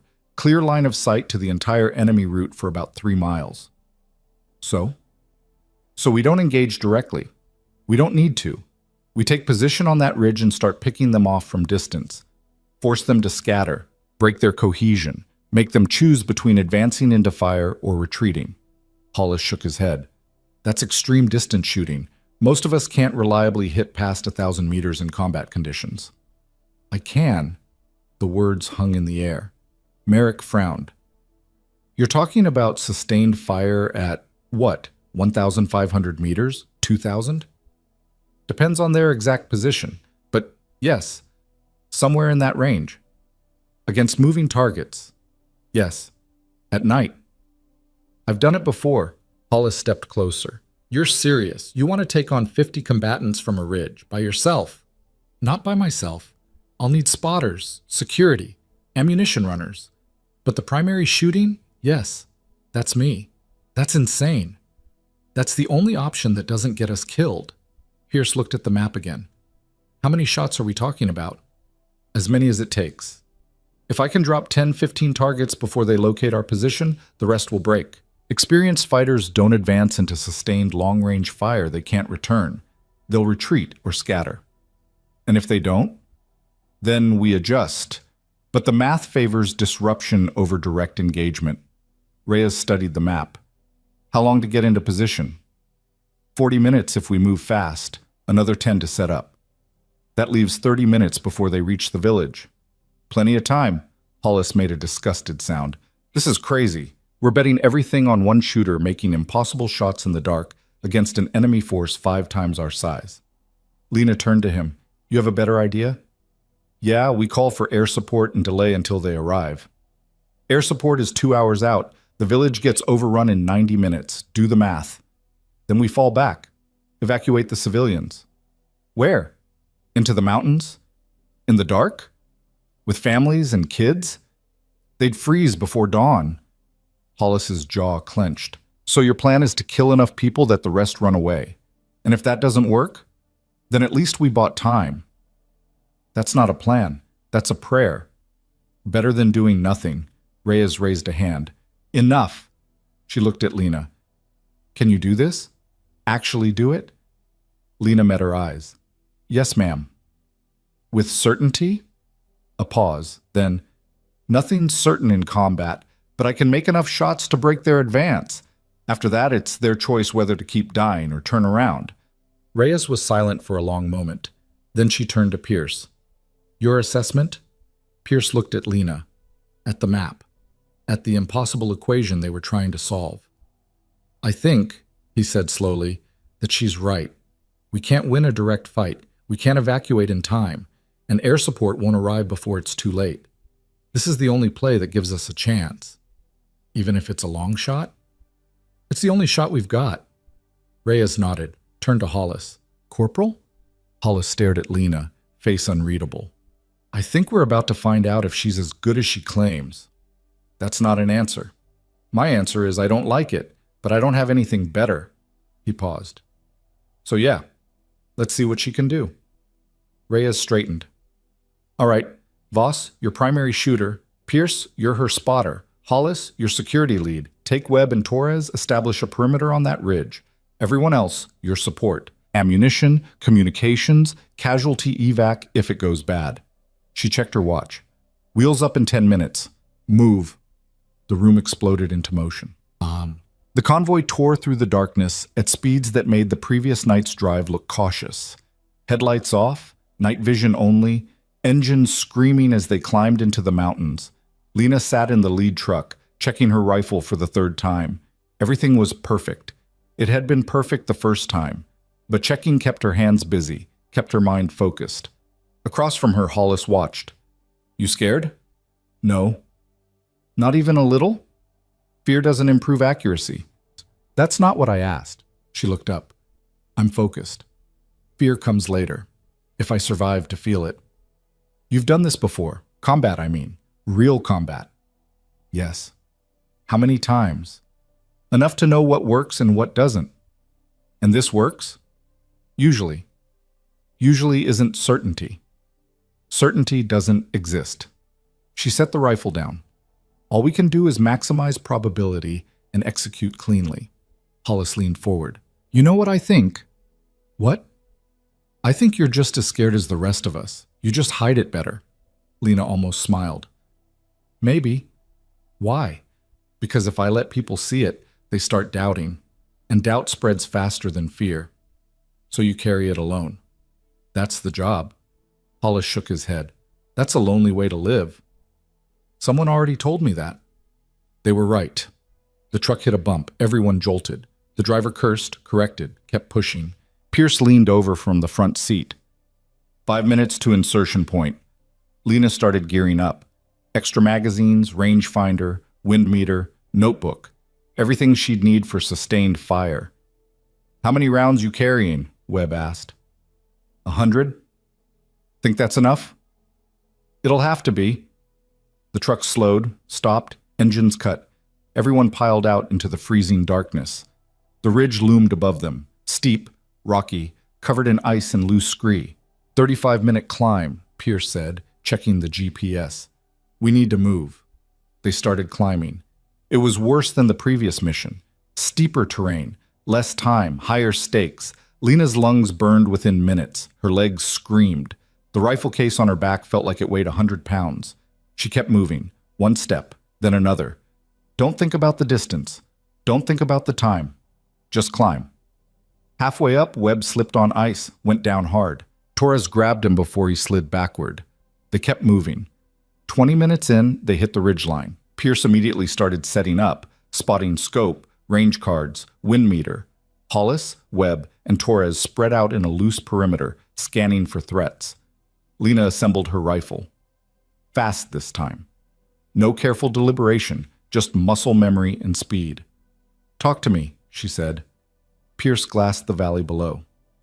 I've got visual on the enemy column, range 2,100 meters and closing, 43 heat signatures, moving in staggered formation. Speed?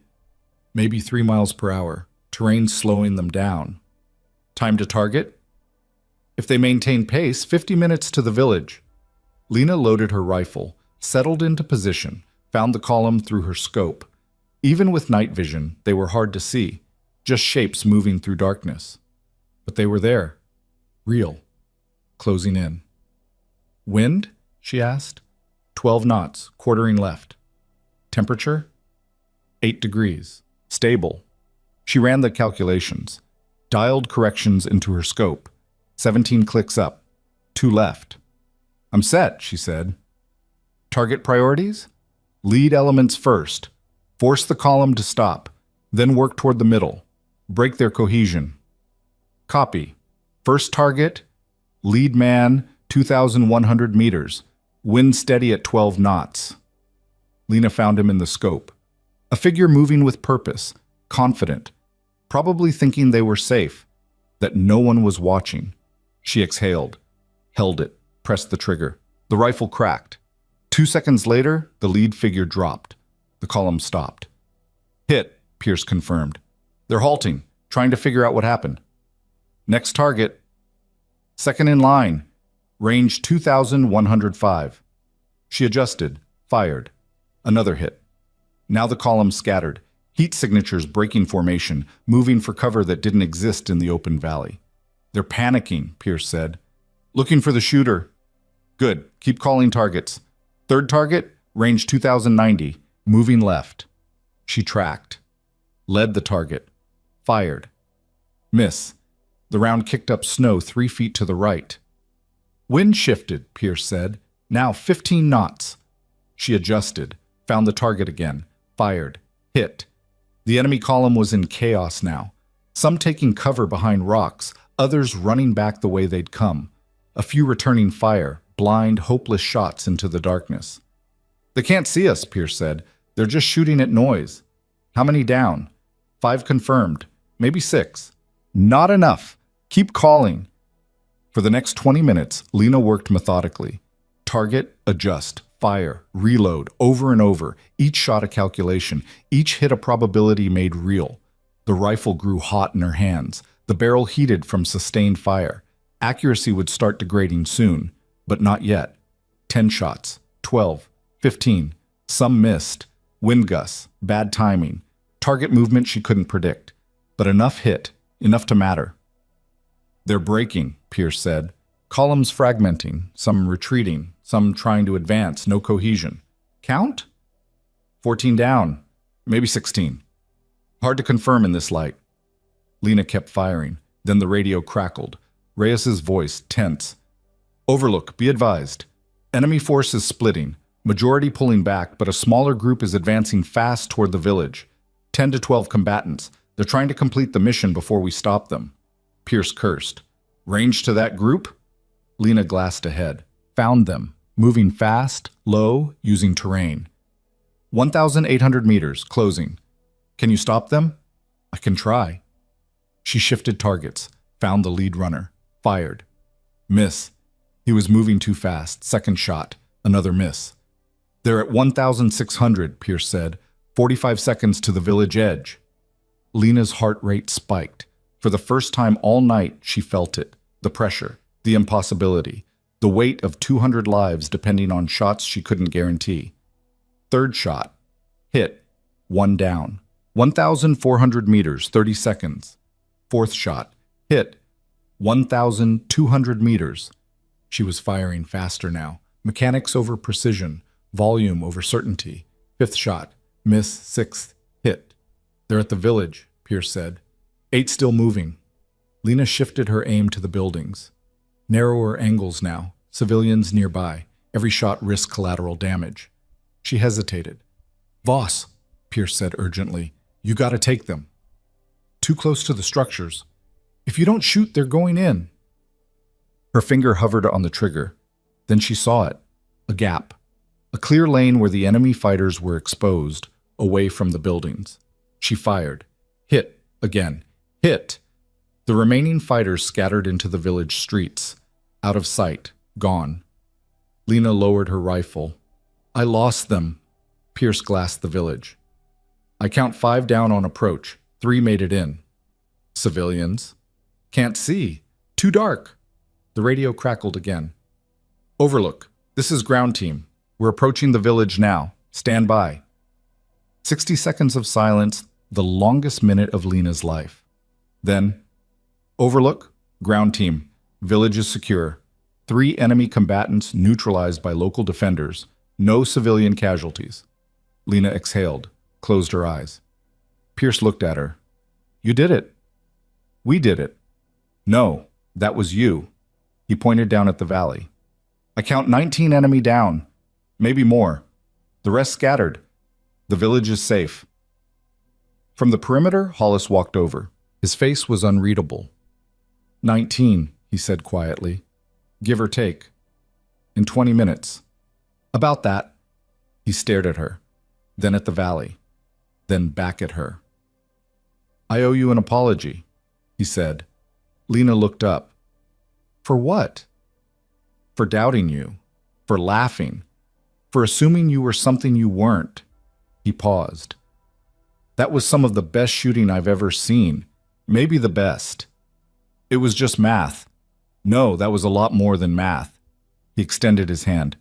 I was wrong about you. But she hesitated, then shook his hand. You weren't wrong, she said. You just didn't have enough information. Same thing. Not really. You responded to what you saw. That's human. The trick is staying open to new data. Hollis nodded slowly. Noted. Webb and Torres came over, both looking shell-shocked. That was unreal, Webb said. How do you even, moving targets in the dark, at that range? Practice, Lena said simply, and a lot of failed shots no one saw. Still, Pierce started packing gear. See, we should move. Enemy forces scattered but not gone. They could regroup. Everyone started breaking down equipment. Fast, efficient, professional. As they prepared to descend, Reyes's voice came over the radio again. Overlook. Air support just arrived. They're sweeping the valley now. You're clear to exfil. Copy that, Pierce said. In the distance, they could hear it, the low rumble of jets barely visible against the black sky, running cleanup on what Lena had started. The climb down was quieter than the climb up, everyone lost in their own thoughts, processing what had just happened. Near the bottom, Hollis walked beside Lena. Can I ask you something? He said. Sure. Back there, when those fighters got close to the village, you hesitated. I did. Why? Because I couldn't guarantee a clean shot. Too much risk. But you took it anyway. Because the alternative was worse. How'd you know you wouldn't hit a civilian? I didn't. She paused. But I knew if I didn't shoot, people would definitely die. So I took the better odds. That's a hell of a weight to carry. It is. How do you live with it? She looked at him. I do the math, I make the shot, and I accept that sometimes, even when you do everything right, things still go wrong. That's cold. No, that's realistic. She adjusted her rifle case. Hope doesn't stop bullets, calculation does. And when calculation isn't enough, you make the best choice you can and live with the consequences. They reached the trucks. Everyone loaded in. Engines started. As they pulled away, Lena looked back at the ridge, the position where she'd lain for 20 minutes, sending rounds into the darkness, changing outcomes, saving lives. It felt good. It also felt hollow. Because tomorrow, there'd be another mission, another impossible task, another moment where she'd have to prove herself all over again to people who'd never know the full truth of who she was or what she'd done. That was the job. and she was very, very tired. Back at the compound, dawn was breaking, pale light spilling over the mountains, turning snow from gray to white to gold. The convoy rolled through the gates, stopped. Everyone climbed out, moving slow, exhausted. Major Reyes was waiting. She looked at Lena, just looked, for a long moment. Then she nodded once. Respect, recognition, understanding. Lena nodded back. No words needed. Inside the operations center, Merrick was compiling after-action reports, casualty counts, ammunition expenditure, mission outcomes. 19 confirmed enemy kills, he said, reading from the tablet. Estimated 10 to 15 more wounded and retreating. 0 friendly casualties. 0 civilian casualties. Village secured. Enemy network in the region completely disrupted. He looked up at Lena. That's unprecedented. It's statistics, she said. No, that's exceptional marksmanship under combat conditions. She didn't respond. Reyes stepped forward. Voss, you're dismissed for debrief until 1400. Get some rest. You've earned it. Yes, ma'am. Lena turned to leave. At the door she stopped, looked back. Ma'am? Yes? The assessment I filed yesterday. I'd like to revise it. Why? Because I was wrong about something. What? I said the unit relied too much on assumptions, that they wrote people off based on first impressions. She paused. But tonight, when it mattered, they trusted me, followed the plan, executed without hesitation. That's not assumption, that's adaptability. Reyes almost smiled. So what's the revised assessment? They're better than I gave them credit for. They just needed a reason to prove it. Noted. Reyes crossed her arms. Anything else? No, ma'am. Then dismissed. Lena walked out. Yeah. In the barracks, soldiers were cleaning weapons, restocking gear, processing the night in their own ways. Lena sat on her bunk, disassembling her rifle. The barrel was fouled from sustained fire. She'd need to clean it thoroughly, check for wear, make sure everything was perfect for next time. Pierce sat down across from her. You know what I realized tonight? What? You weren't testing us on that first day, not really. No? No. You were giving us a chance to see past the obvious, to look deeper, to ask questions instead of making judgments. He paused. Most of us failed, but you gave us another shot tonight, and we didn't fail that one. Lena looked up. You're right. I was testing, but not the way you think. How then? I was testing whether you could change, whether you'd stay locked into first impressions or adapt when new information came in. She cleaned carbon from the bolt carrier. Tonight, when I said I could make those shots, you could have dismissed me again. Could have said I got lucky the first time. But you didn't. You trusted the data. That's growth. So we passed. A faint smile. You passed. What about Hollis? What about him? He apologized. I've never seen him apologize for anything. That's character. She reassembled the rifle. Takes strength to admit you were wrong. Most people can't do it. Pierce stood. Get some rest, Voss. You've earned it. Thanks. He walked away. Lena lay back on her bunk, staring at the ceiling. Her body ached. Her hands were raw. Her ears rang from sustained fire. But she'd done it. Saved 200 people. Stopped an enemy force 5 times their size. Made impossible shots in the dark. Proved, again, that she was exactly what she'd always claimed to be. But the victory felt strange, incomplete, because in 3 days she'd get new orders. Another unit, another test, another group of people who'd doubt her until she proved herself all over again. The cycle never ended, and she was starting to wonder if she wanted it to. Outside, the wind died down. For the first time in days, the compound was quiet, peaceful. Lena closed her eyes, and for just a moment, let herself rest. She woke to voices, not shouting. Worse. The kind of controlled professional arguing that meant decisions were being made without her. Lena opened her eyes. The barracks was empty. Sunlight streamed through the windows, midday, maybe later. She'd slept through most of the morning. Her body felt like lead. She sat up slowly. Every muscle protested. Her shoulder ached from the rifle's recoil. Her hands were stiff. The voices were coming from outside. She stood, moved to the window. In the courtyard, Major Reyes stood face to face with someone Lena didn't recognize. A man in his 50s, gray hair, expensive cold weather gear that looked too clean for this place. Civilian contractor, maybe. Or someone higher up the chain. Captain Merrick stood nearby, tablet in hand, expression carefully neutral. Lena couldn't hear the conversation, but she could read the body language. Reyes, arms crossed, jaw tight, defensive. The stranger, gesturing, emphatic, clearly unhappy about something. This wasn't good. She dressed quickly, moved toward the door. Pierce intercepted her in the corridor. "You're up." "What's happening?" "Brass showed up an hour ago. Been in meetings with Reyes since then." "Who is it?" "Deputy Director Wallace, from the program you're actually with, the classified one." Lena's stomach tightened. "What's he doing here?" "Don't know, but Reyes doesn't look happy." "Where's everyone else?" "Mess hall. Waiting. Word is there's going to be a full unit briefing at 1400. Lena checked her watch. 13:42. 18 minutes. "I need to talk to Reyes first." "She's still with Wallace." "I'll wait." Pierce studied her face. "You know what this is about?" "Maybe." "Want to share?" "Not yet." He nodded. "All right. I'll see you at the briefing." Lena walked to the operations center, stood outside the door, listening. Inside, Reyes's voice strained. "Didn't authorize any of this. She was sent here under false pretenses." Wallace's voice, smooth, bureaucratic. "She was sent here to assess operational readiness. That assessment required realistic scenario testing." "Realistic?" "She manipulated my entire unit, made them think she was incompetent. That's not assessment, that's deception. That's methodology, and it produced actionable intelligence. It also produced a security breach. My people didn't know they were being evaluated. That undermines trust. Your people performed exceptionally once they understood what was required. That proves the assessment model works.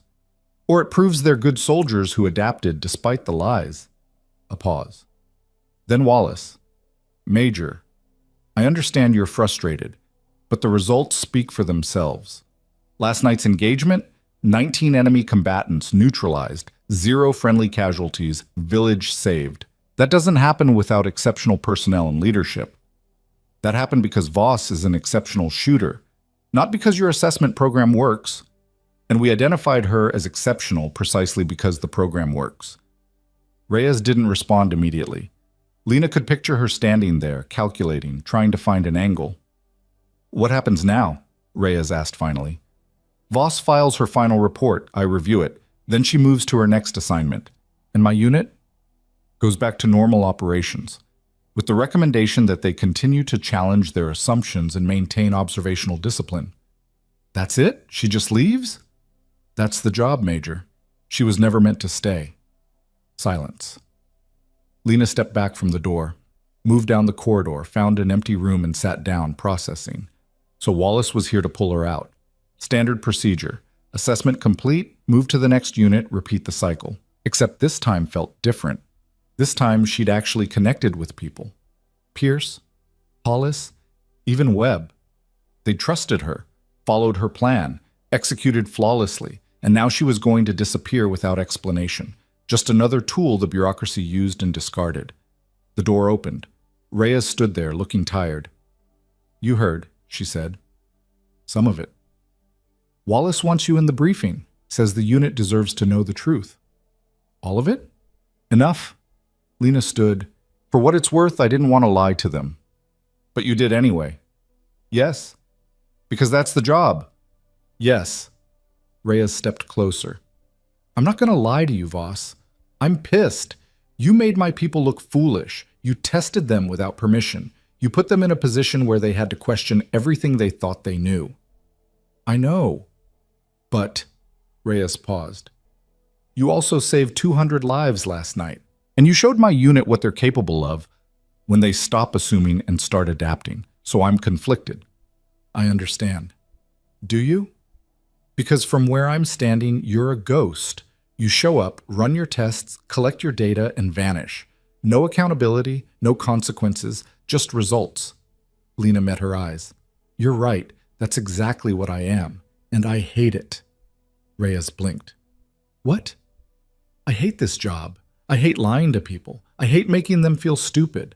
I hate that every unit I assess, I have to start over, prove myself again, watch people laugh at me until I demonstrate enough competence that they take me seriously. She paused. But I'm good at it. And the program needs people who are good at it. So I keep doing it. Why? Because someone has to. Because units like yours need outside perspective. Because soldiers get comfortable, and comfort gets people killed. She sat back down. But you're right about one thing. I am a ghost. And ghosts don't get to have real connections. They just haunt places and move on. Reyes was quiet for a moment. Then, Wallace says you're one of the best long-range precision shooters in the program. Maybe in the entire military. I'm adequate. 19 targets, 20 minutes? Combat conditions, that's not adequate. That's exceptional. It's statistics. Good rifle, good data, good execution. It's more than that. Reyes crossed her arms. The question is, what do you do with someone that good? Keep them in assessment roles, running tests, or put them where they can actually fight? That's not my decision. Maybe it should be. Before Lena could respond, the PA system crackled. All personnel to the operations center. Briefing starts in 5 minutes. Reyes headed for the door. Stopped. For what it's worth, Voss, my unit respects you now. What you did last night earned that. Don't waste it by disappearing without giving them answers. She left. Lena sat alone, staring at her hands. They were still stained with carbon from the rifle, still raw from the cold. She stood, straightened her uniform, walked to the operations center. The room was packed, every soldier from the unit plus support staff standing in tight rows. At the front, Wallace stood beside Reyes and Merrick. He had the look of someone who'd spent his career behind desks, making decisions other people executed. Lena entered from the side. Every head turned. The room went quiet. She took a position near the back, against the wall. Out of the way, but visible. Wallace cleared his throat. Good afternoon. For those who don't know me, I'm Deputy Director Marcus Wallace, Strategic Assessment Division. I'm here to provide context for recent events and clarify the operational purpose of Specialist Voss's presence at this installation. He clicked a remote. A presentation appeared on the main screen. 4 years ago, military leadership identified a critical gap in our operational readiness assessments. Traditional evaluations, inspections, reviews, simulations were producing inflated competency ratings. Units knew when they were being tested. They performed to expectations. But real combat doesn't announce itself. Real combat tests your instincts, your adaptability, your ability to function under unexpected pressure. Another slide. Charts, data, success rates. To address this gap, we created the Long Range Precision Assessment Program, LRPAP. The mission: embed highly trained specialists into active units under cover identities to evaluate real-world performance under realistic stress conditions. Hollis shifted. Lena could see his jaw working. Wallace continued. Specialist Lena Voss is one of 12 operatives in this program. Her assignment here was to assess your unit's tactical capability, leadership effectiveness, and adaptability to non-standard scenarios. Webb raised his hand. So the whole rookie act, that was fake? Wallace looked at Lena. Would you like to address that? She stepped forward. Not fake. Calculated. I needed to establish a baseline scenario where you perceived me as incompetent. That allowed me to observe how you responded to weakness, how you made judgments under pressure, and whether you could adapt when new information contradicted your assumptions. So you lied to us, Hollis said. I presented a scenario. You drew conclusions. I didn't correct them because doing so would have compromised the assessment. That's lying. That's methodology. Torres spoke up from the back. What about the shots you missed? On the range? Intentional. I was mapping environmental conditions, wind patterns, temperature gradients, atmospheric pressure variations. Every miss gave me data. By the time I needed to make a real shot, I had a complete environmental profile. And the shot at 3,200 meters, Pierce asked? That was my actual assignment. The assessment was secondary. The mission was real. The room processed that. Conversations bubbled up, overlapping. Wallace raised a hand. Let me be clear. Specialist Voss's performance has been exceptional. Her assessment of this unit's capabilities was thorough, accurate, and constructive. More importantly, her actions last night saved 200 civilian lives and neutralized a significant enemy threat. This unit should be proud. Proud? Hollis stepped forward. We should be proud that we got played? That we laughed at someone who was testing us the whole time? You should be proud that when it mattered, you adapted. That's the whole point. The point is we got manipulated. Wallace's expression hardened. Corporal, in combat, you will face deception constantly. Enemies who appear weak. Allies who seem strong. Scenarios that don't match expectations. If you can't adapt to unexpected variables, you will fail. Specialist Voss gave you a controlled version of that chaos. And you passed. That's worth more than your pride. Hollis looked at Lena. Is that how you see it? We're just test subjects? She met his eyes. No, you're soldiers, good ones. But you had blind spots. Everyone does. My job was to identify them and see if you could overcome them. And? You did. Eventually. Eventually. He shook his head. What if we hadn't? What if we'd written you off completely, never given you a chance to prove yourself? Then I would have noted it in my report and moved on. The assessment isn't about making you feel good. It's about identifying weaknesses before they get people killed. Cold. Realistic. Reyes stepped in. That's enough. Corporal, stand down. Hollis backed off, but his expression stayed hard. Wallace pulled up another slide. Specialist Voss's final report will be filed within 48 hours. Her findings will be classified but will inform future training protocols and deployment decisions. As of 1800 hours today, she'll be reassigned to her next evaluation. The room went quiet again. Different this time. Heavier. Webb spoke first. So she just leaves? After everything? That's the nature of the assignment. Doesn't seem right. It's necessary. Pierce looked at Lena. Where do you go next? I don't know yet. Wherever they send me. Another unit? Another test? Probably. And you do this over and over. Forever. She didn't answer. Wallace closed his presentation. That concludes the briefing. Questions should be directed to Major Reyes. Dismissed. People filed out slowly, some glancing at Lena, others avoiding eye contact entirely. Hollis lingered near the door, waited until most people had left, then walked over. I'm still pissed, he said. I know. But I get it, sort of. He paused. You're good at what you do, really good. And I guess someone needs to do it. Doesn't make it easier. No, it doesn't. He extended his hand again. For what it's worth, you're one hell of a shooter, best I've ever seen. She shook his hand. You're not bad yourself. I'm adequate. She almost smiled. Yeah, you are. He left. Pierce was the last one out. He stopped beside her. You okay? Define okay. Not falling apart. Then, yeah, I'm okay. Wallace said next assignment. Any idea where?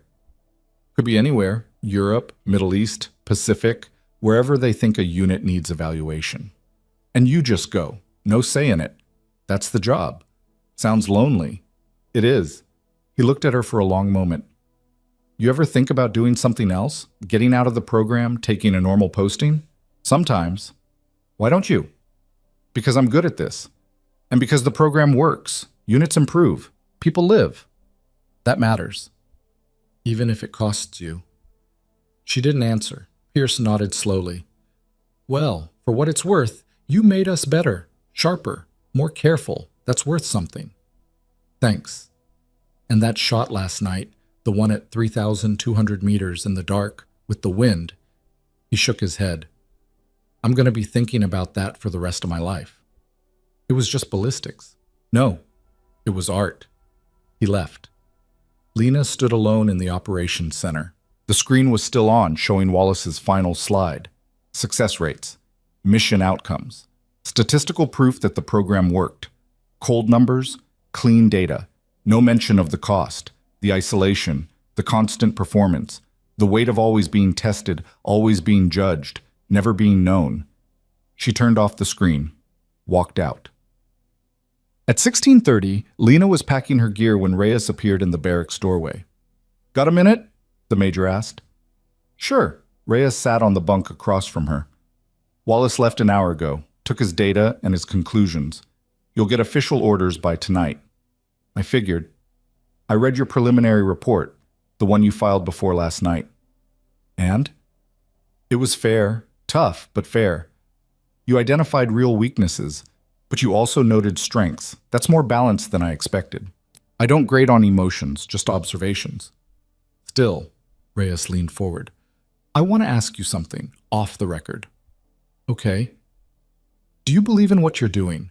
Really believe it makes a difference? Lena set down the shirt she was folding. Yes. Units that go through this program perform better in combat. They question assumptions more. They adapt faster. They survive longer. The data proves it. But it's hard. On everyone. The people being tested don't like feeling manipulated, and the people doing the testing don't like being ghosts. So why keep doing it? Because someone has to, and because I'm good at it. She paused. You asked me earlier if I hate this job. I do, but I also believe in it, and I don't know how to reconcile those things. Reyes nodded. You know what I think? What?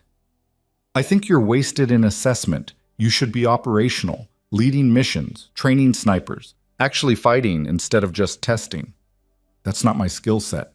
Bullshit. Last night proved you can lead under pressure, make impossible shots, save lives. That's operational. Last night was one mission. One mission where you did what 3 experienced soldiers couldn't. That's not luck, Voss. That's capability. Lena resumed packing. I appreciate that.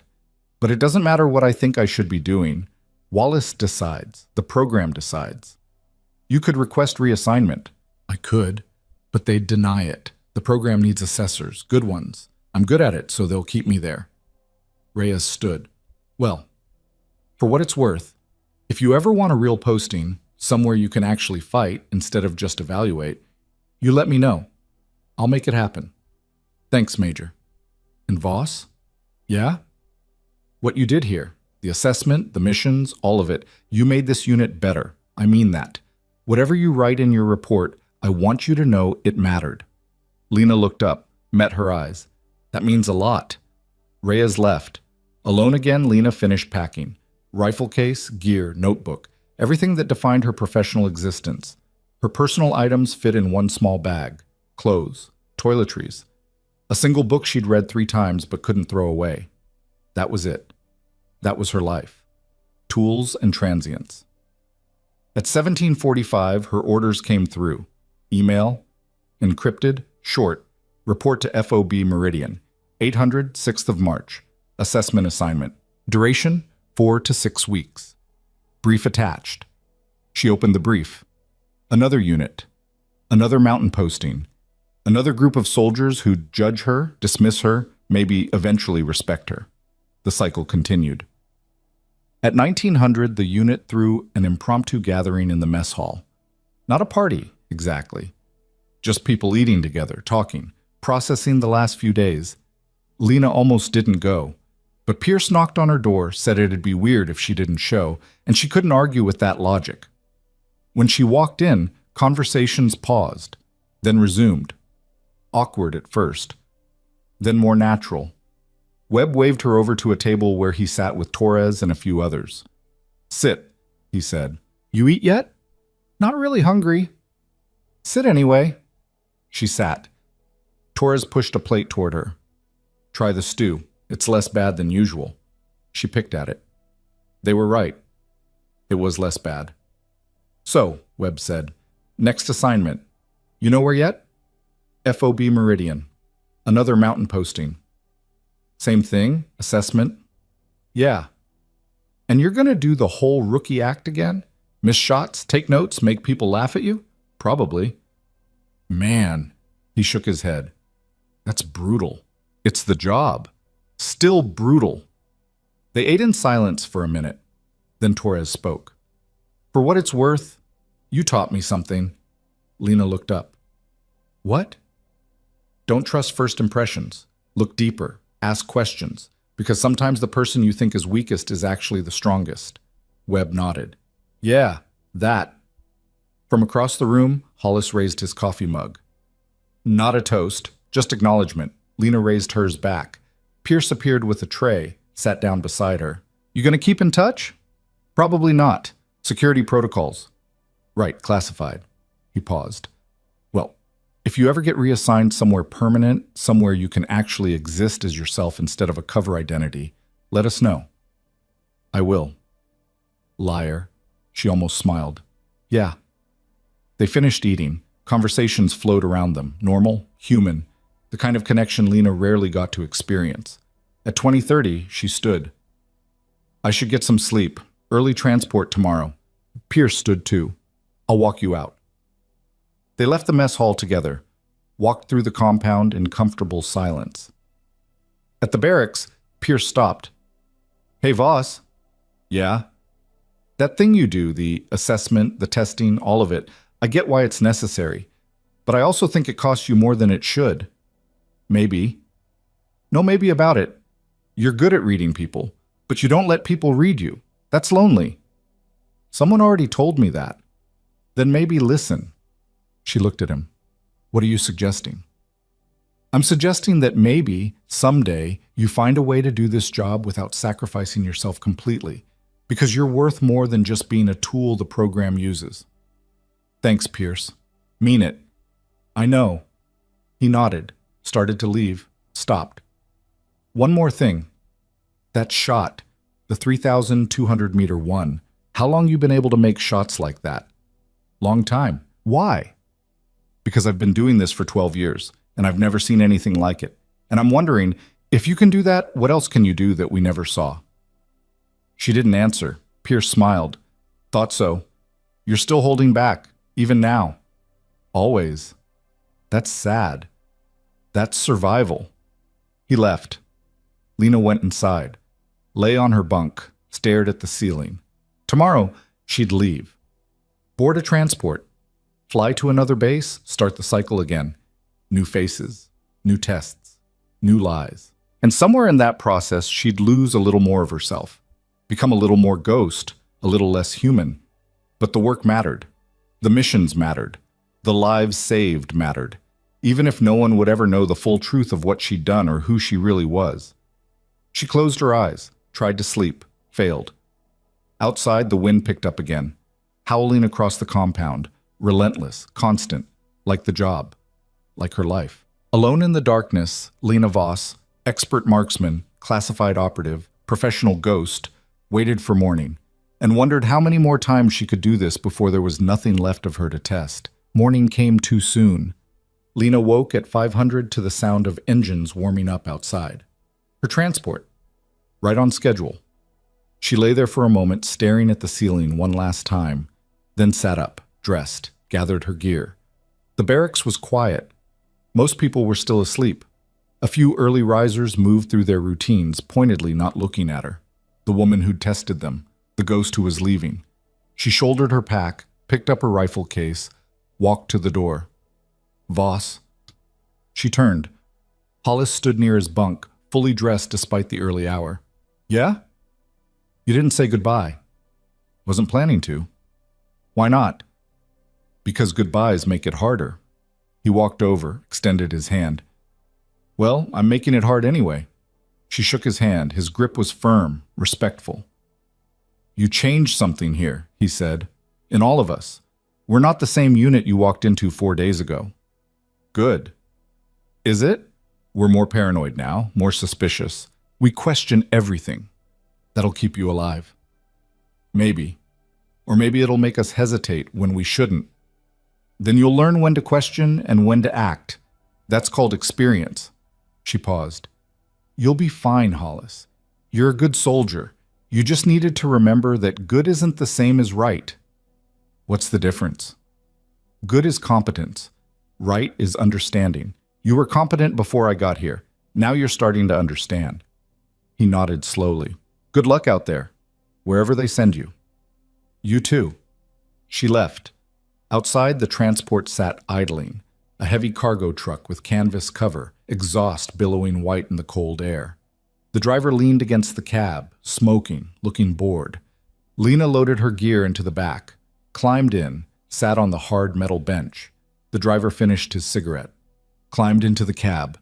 The engine roared. They started moving. Lena watched through the open back as the compound receded. Buildings shrinking. People emerging for morning routine, small figures in the distance. Then they rounded a corner, and it was gone. Just mountains now, snow, empty road. She pulled out her notebook, flipped to the final page of her assessment. Everything was complete except one section, final recommendations. She stared at the blank space. What could she say that mattered? That the unit needed more scenario-based training? That they should challenge assumptions more aggressively? That competence wasn't the same as readiness? All true, all useful, all insufficient. Because the real recommendation, the one that mattered, couldn't be quantified in a report. Stop judging people by their worst moment. Start seeing potential in unexpected places. Remember that the quietest person in the room might be the most dangerous. And never, ever assume you know someone's capability until you've seen them under real pressure. She wrote none of that. Too personal, too emotional.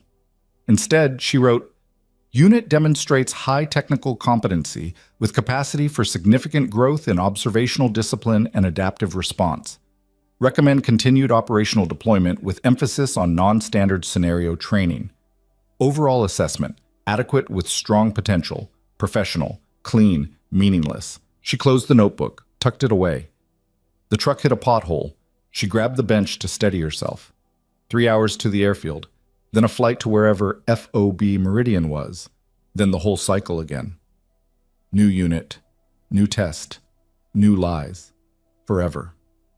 She closed her eyes. Tried to sleep. Couldn't. The truck stopped. Not at the airfield. Somewhere else. Lena opened her eyes. They were pulled over on the side of the road, middle of nowhere, surrounded by trees and snow. The driver appeared at the back. Change of plans. What? Got orders to hold here. Someone's coming to meet you. Who? Didn't say, just said wait. He walked away, lit another cigarette. Lena climbed out of the truck, scanned the area. Nothing.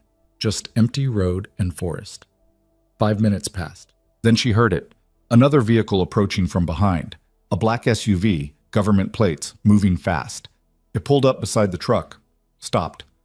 The back door opened. Deputy Director Wallace stepped out. Specialist Voss, he said. We need to talk.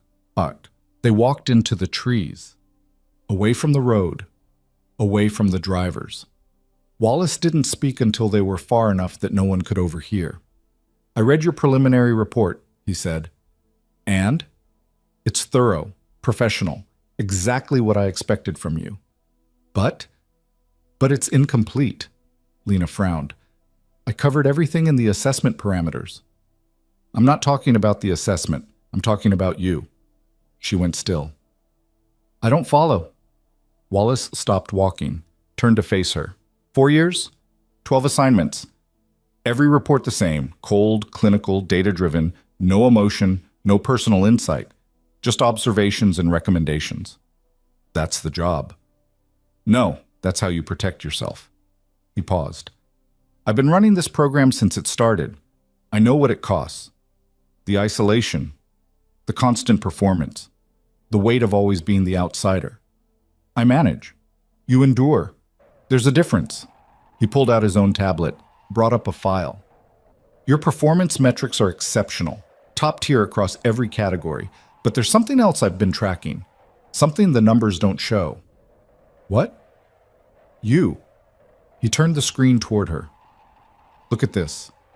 It was a graph, lines tracking upward over time, metrics she didn't recognize. Psychological resilience scores, Wallace explained.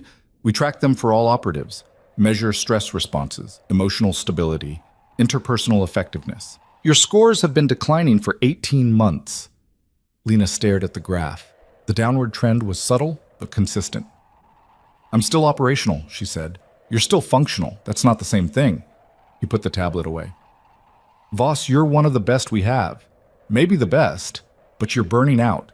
And if I don't do something about it, you're going to break. I'm fine. You're not, and lying about it doesn't help. She looked away. What do you want me to say?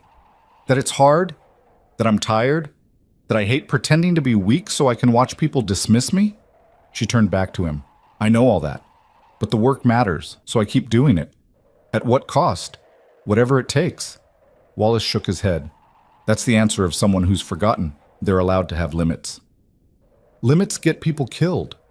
So does breaking yourself trying to be limitless. The words hit harder than she expected. She didn't respond. Wallace stepped closer. I'm pulling you from the next assignment. What?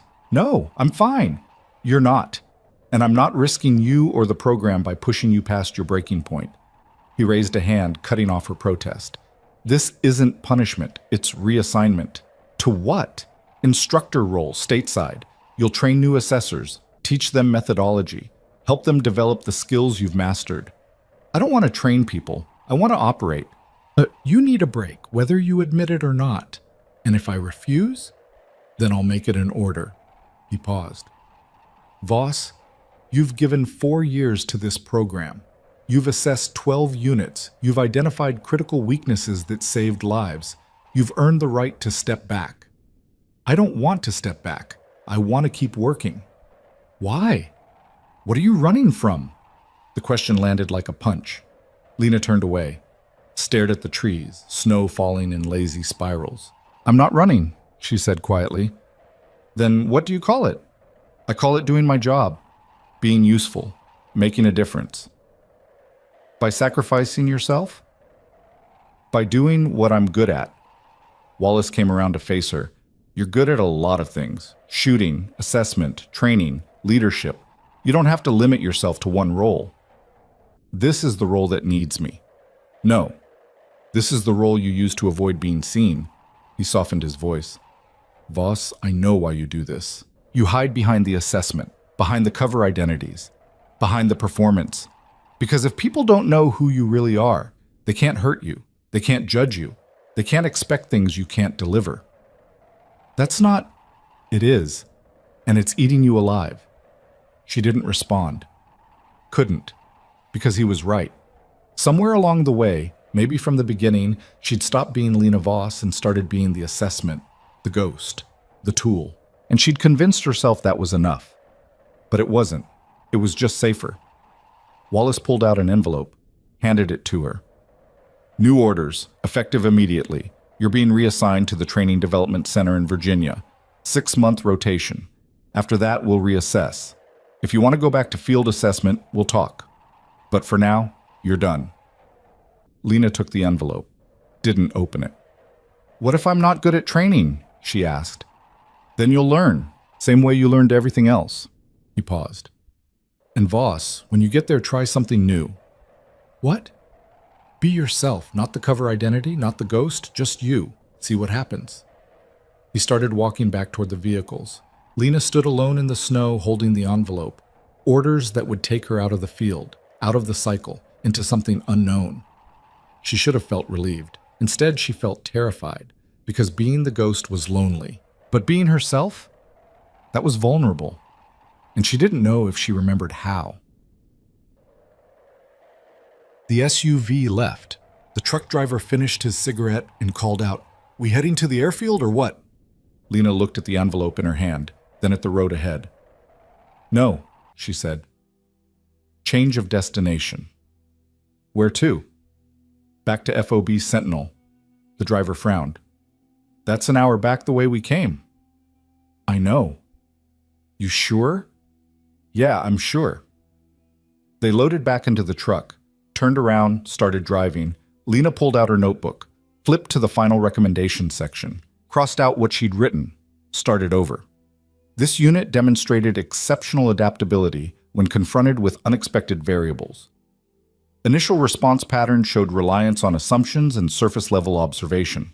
However, when challenged by non-standard scenarios, they adapted rapidly and executed at a high level. Key observations. Corporal Hollis, initially dismissive of perceived weakness, demonstrated significant growth in questioning assumptions and adapting to new information. Recommend leadership development training.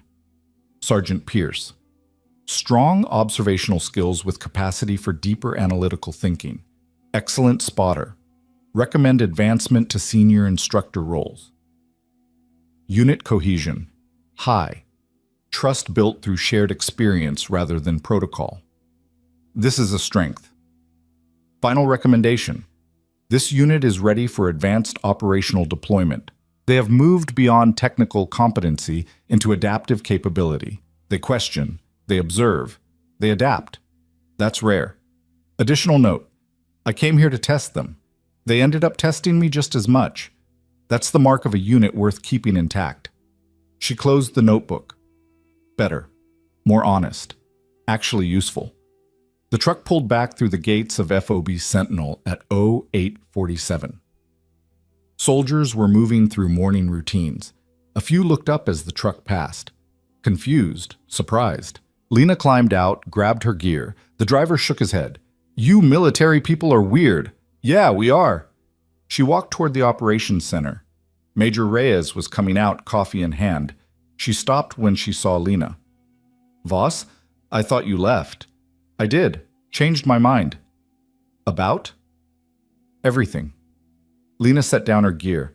"I need to talk to you and the unit. All of them." "About what?" "About the truth."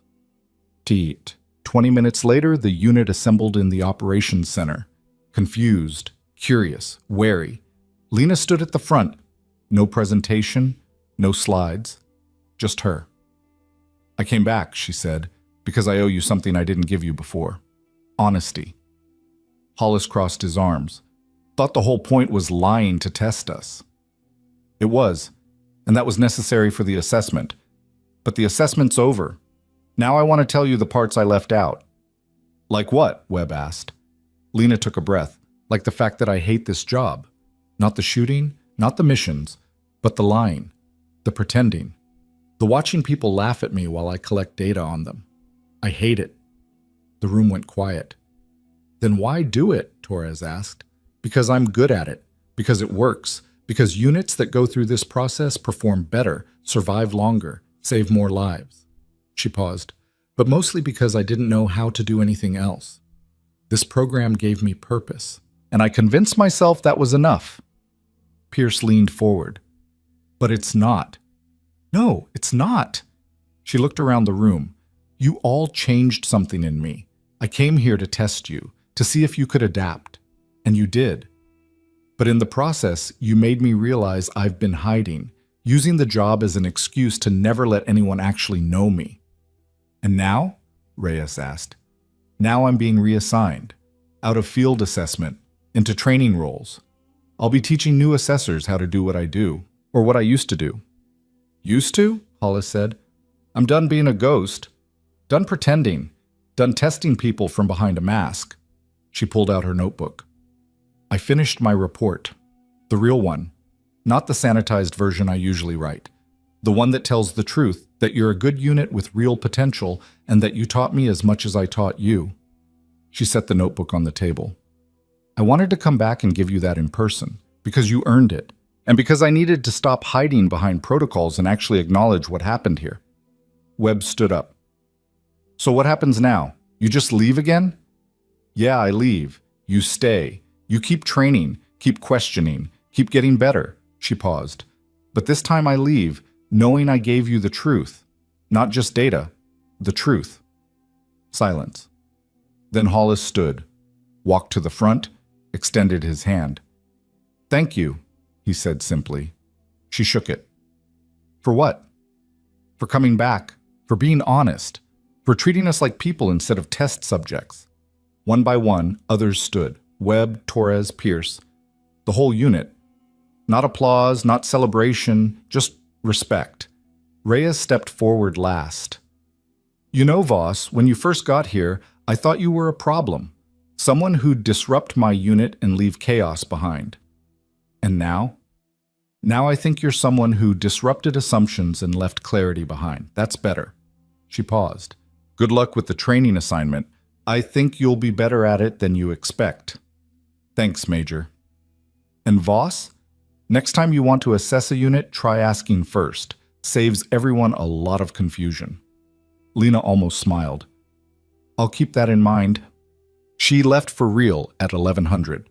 This time, half the unit came out to see her off. No ceremony, no speeches, just people standing in the cold, watching her load her gear. Pierce walked her to the transport.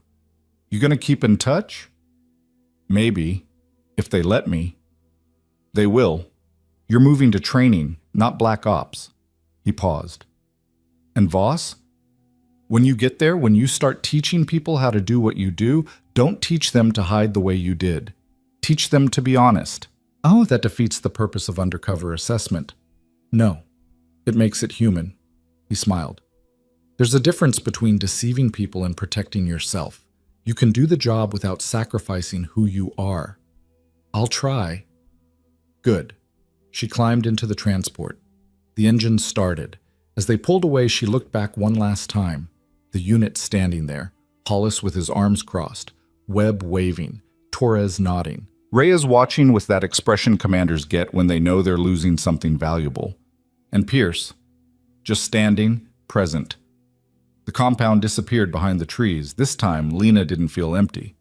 She felt lighter. Boy, the flight to Virginia took 9 hours. Long enough to think, to process, to start planning what came next, training new assessors, teaching methodology, passing on skills. But this time, she'd do it differently. She'd teach them the technical aspects, how to read people, how to map conditions, how to execute under pressure.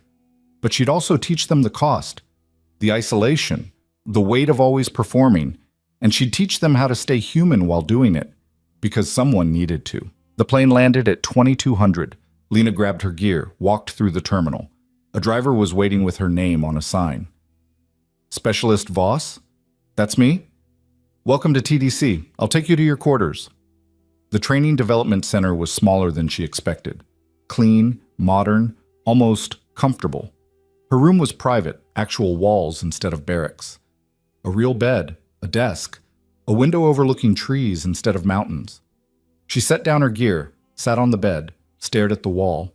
For the first time in 4 years, she wasn't deploying to a new unit, wasn't preparing a cover story, wasn't getting ready to be dismissed and mocked and tested. She was just here, being herself. It felt strange and terrifying and oddly hopeful. Her phone buzzed. Email from Major Reyes. "Voss, your report was the best assessment I've read in 20 years. Honest, clear, actually useful. Command approved all your recommendations. We're implementing new training protocols next month. More importantly, you left something behind. Hollis is questioning everything now, in a good way. Pierce is developing junior snipers with an emphasis on observation over mechanics. Webb is taking initiative instead of waiting for orders. The whole unit is sharper. That's your legacy here. Not the test. Not the lies. The growth. If you ever need a reference for anything, training assignment, operational posting, or just someone to vouch for you being more than your file suggests, you call me. Major Elena Reyes." Lena read it twice, then saved it. Legacy. She'd never thought about that before. Never considered that she was leaving something behind besides data and disruption. But maybe that was the point. Maybe the real work wasn't the assessment. It was what happened after. The questions people started asking. The assumptions they stopped making. The growth that came from being challenged. She pulled out her notebook, flipped to a blank page, wrote, "Training objectives for new assessors," then stopped. Thought about Pierce's advice, about Wallace's concern, about Reyes's respect, about the person she'd been versus the person she could become. She crossed out what she'd written, started over. How to assess units without losing yourself. 1. The job is important. You are also important. Remember both. 2. Deception is a tool, not an identity. Use it. Don't become it. 3. People will laugh at you. Let them. But remember you're testing assumptions, not collecting insults. 4. The data matters. So do the people. Both can be true. 5. When the mission's over, be honest. Not just professional. Honest. 6. You're allowed to connect, to care, to let people see you. It doesn't make you weak. It makes you human. 7. Being a ghost is lonely. Being yourself is scary. Pick scary. She looked at what she'd written. It wasn't a training manual. It was a reminder to herself. She closed the notebook, set it on the desk. Tomorrow, she'd start teaching, building a program that created better assessors. People who could do the job without losing themselves in the process. People who could test units and stay human. It wouldn't be easy, but it would be worth it. Outside, snow started falling, soft, gentle, nothing like the vicious wind of the mountains. Lena stood at the window, watched it come down. Somewhere, another unit was training. Another soldier was being dismissed for seeming weak. Another assumption was being made that would need to be challenged. And somewhere, a new assessor would be deployed to handle it. But not her. Not anymore. She'd done her time in the field, earned her scars, learned her lessons. Now it was time to teach those lessons without demanding others pay the same price she had. Time to build something instead of just testing it. Time to be Lena Voss. Not the ghost, not the assessment, just herself. Flawed, tired, human, and ready. 6 months later, the first class of new assessors graduated. 8 people, each one trained in methodology, observation, and execution. But more importantly, trained in humanity, in staying present, in connecting even while deceiving. Lena stood at the back of the ceremony, watching them receive their assignments, watching them prepare to deploy. One of them, a young specialist named Chen, approached her after. "Ma'am, I wanted to thank you." "For what?"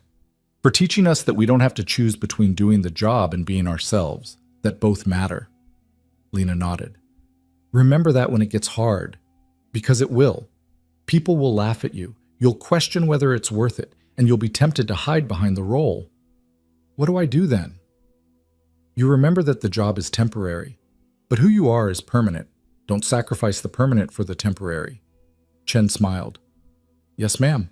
She walked away, joined her classmates, ready to deploy. Lena watched them go. They'd make mistakes, struggle, question themselves. But they'd also grow, adapt, become better than she'd been at their age, because she'd taught them what she'd learned the hard way. That assessment wasn't about manipulation. It was about illumination. Showing people what they couldn't see, challenging what they thought they knew, creating space for growth, and doing it without losing yourself in the process. Behind her, Wallace appeared. "Good class. They're ready. Thanks to you." He paused. "I'm reassigning you again." "Already?" "Operational role this time. Lead sniper instructor. You'll train advanced long-range specialists. No assessment, no cover identities. Just teaching people to shoot the way you do."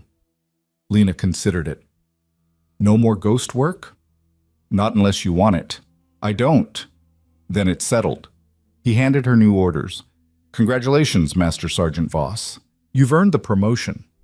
She looked at the papers. "Master Sergeant, lead instructor, permanent posting, a real role, or a real identity, a real future." "Thank you, sir."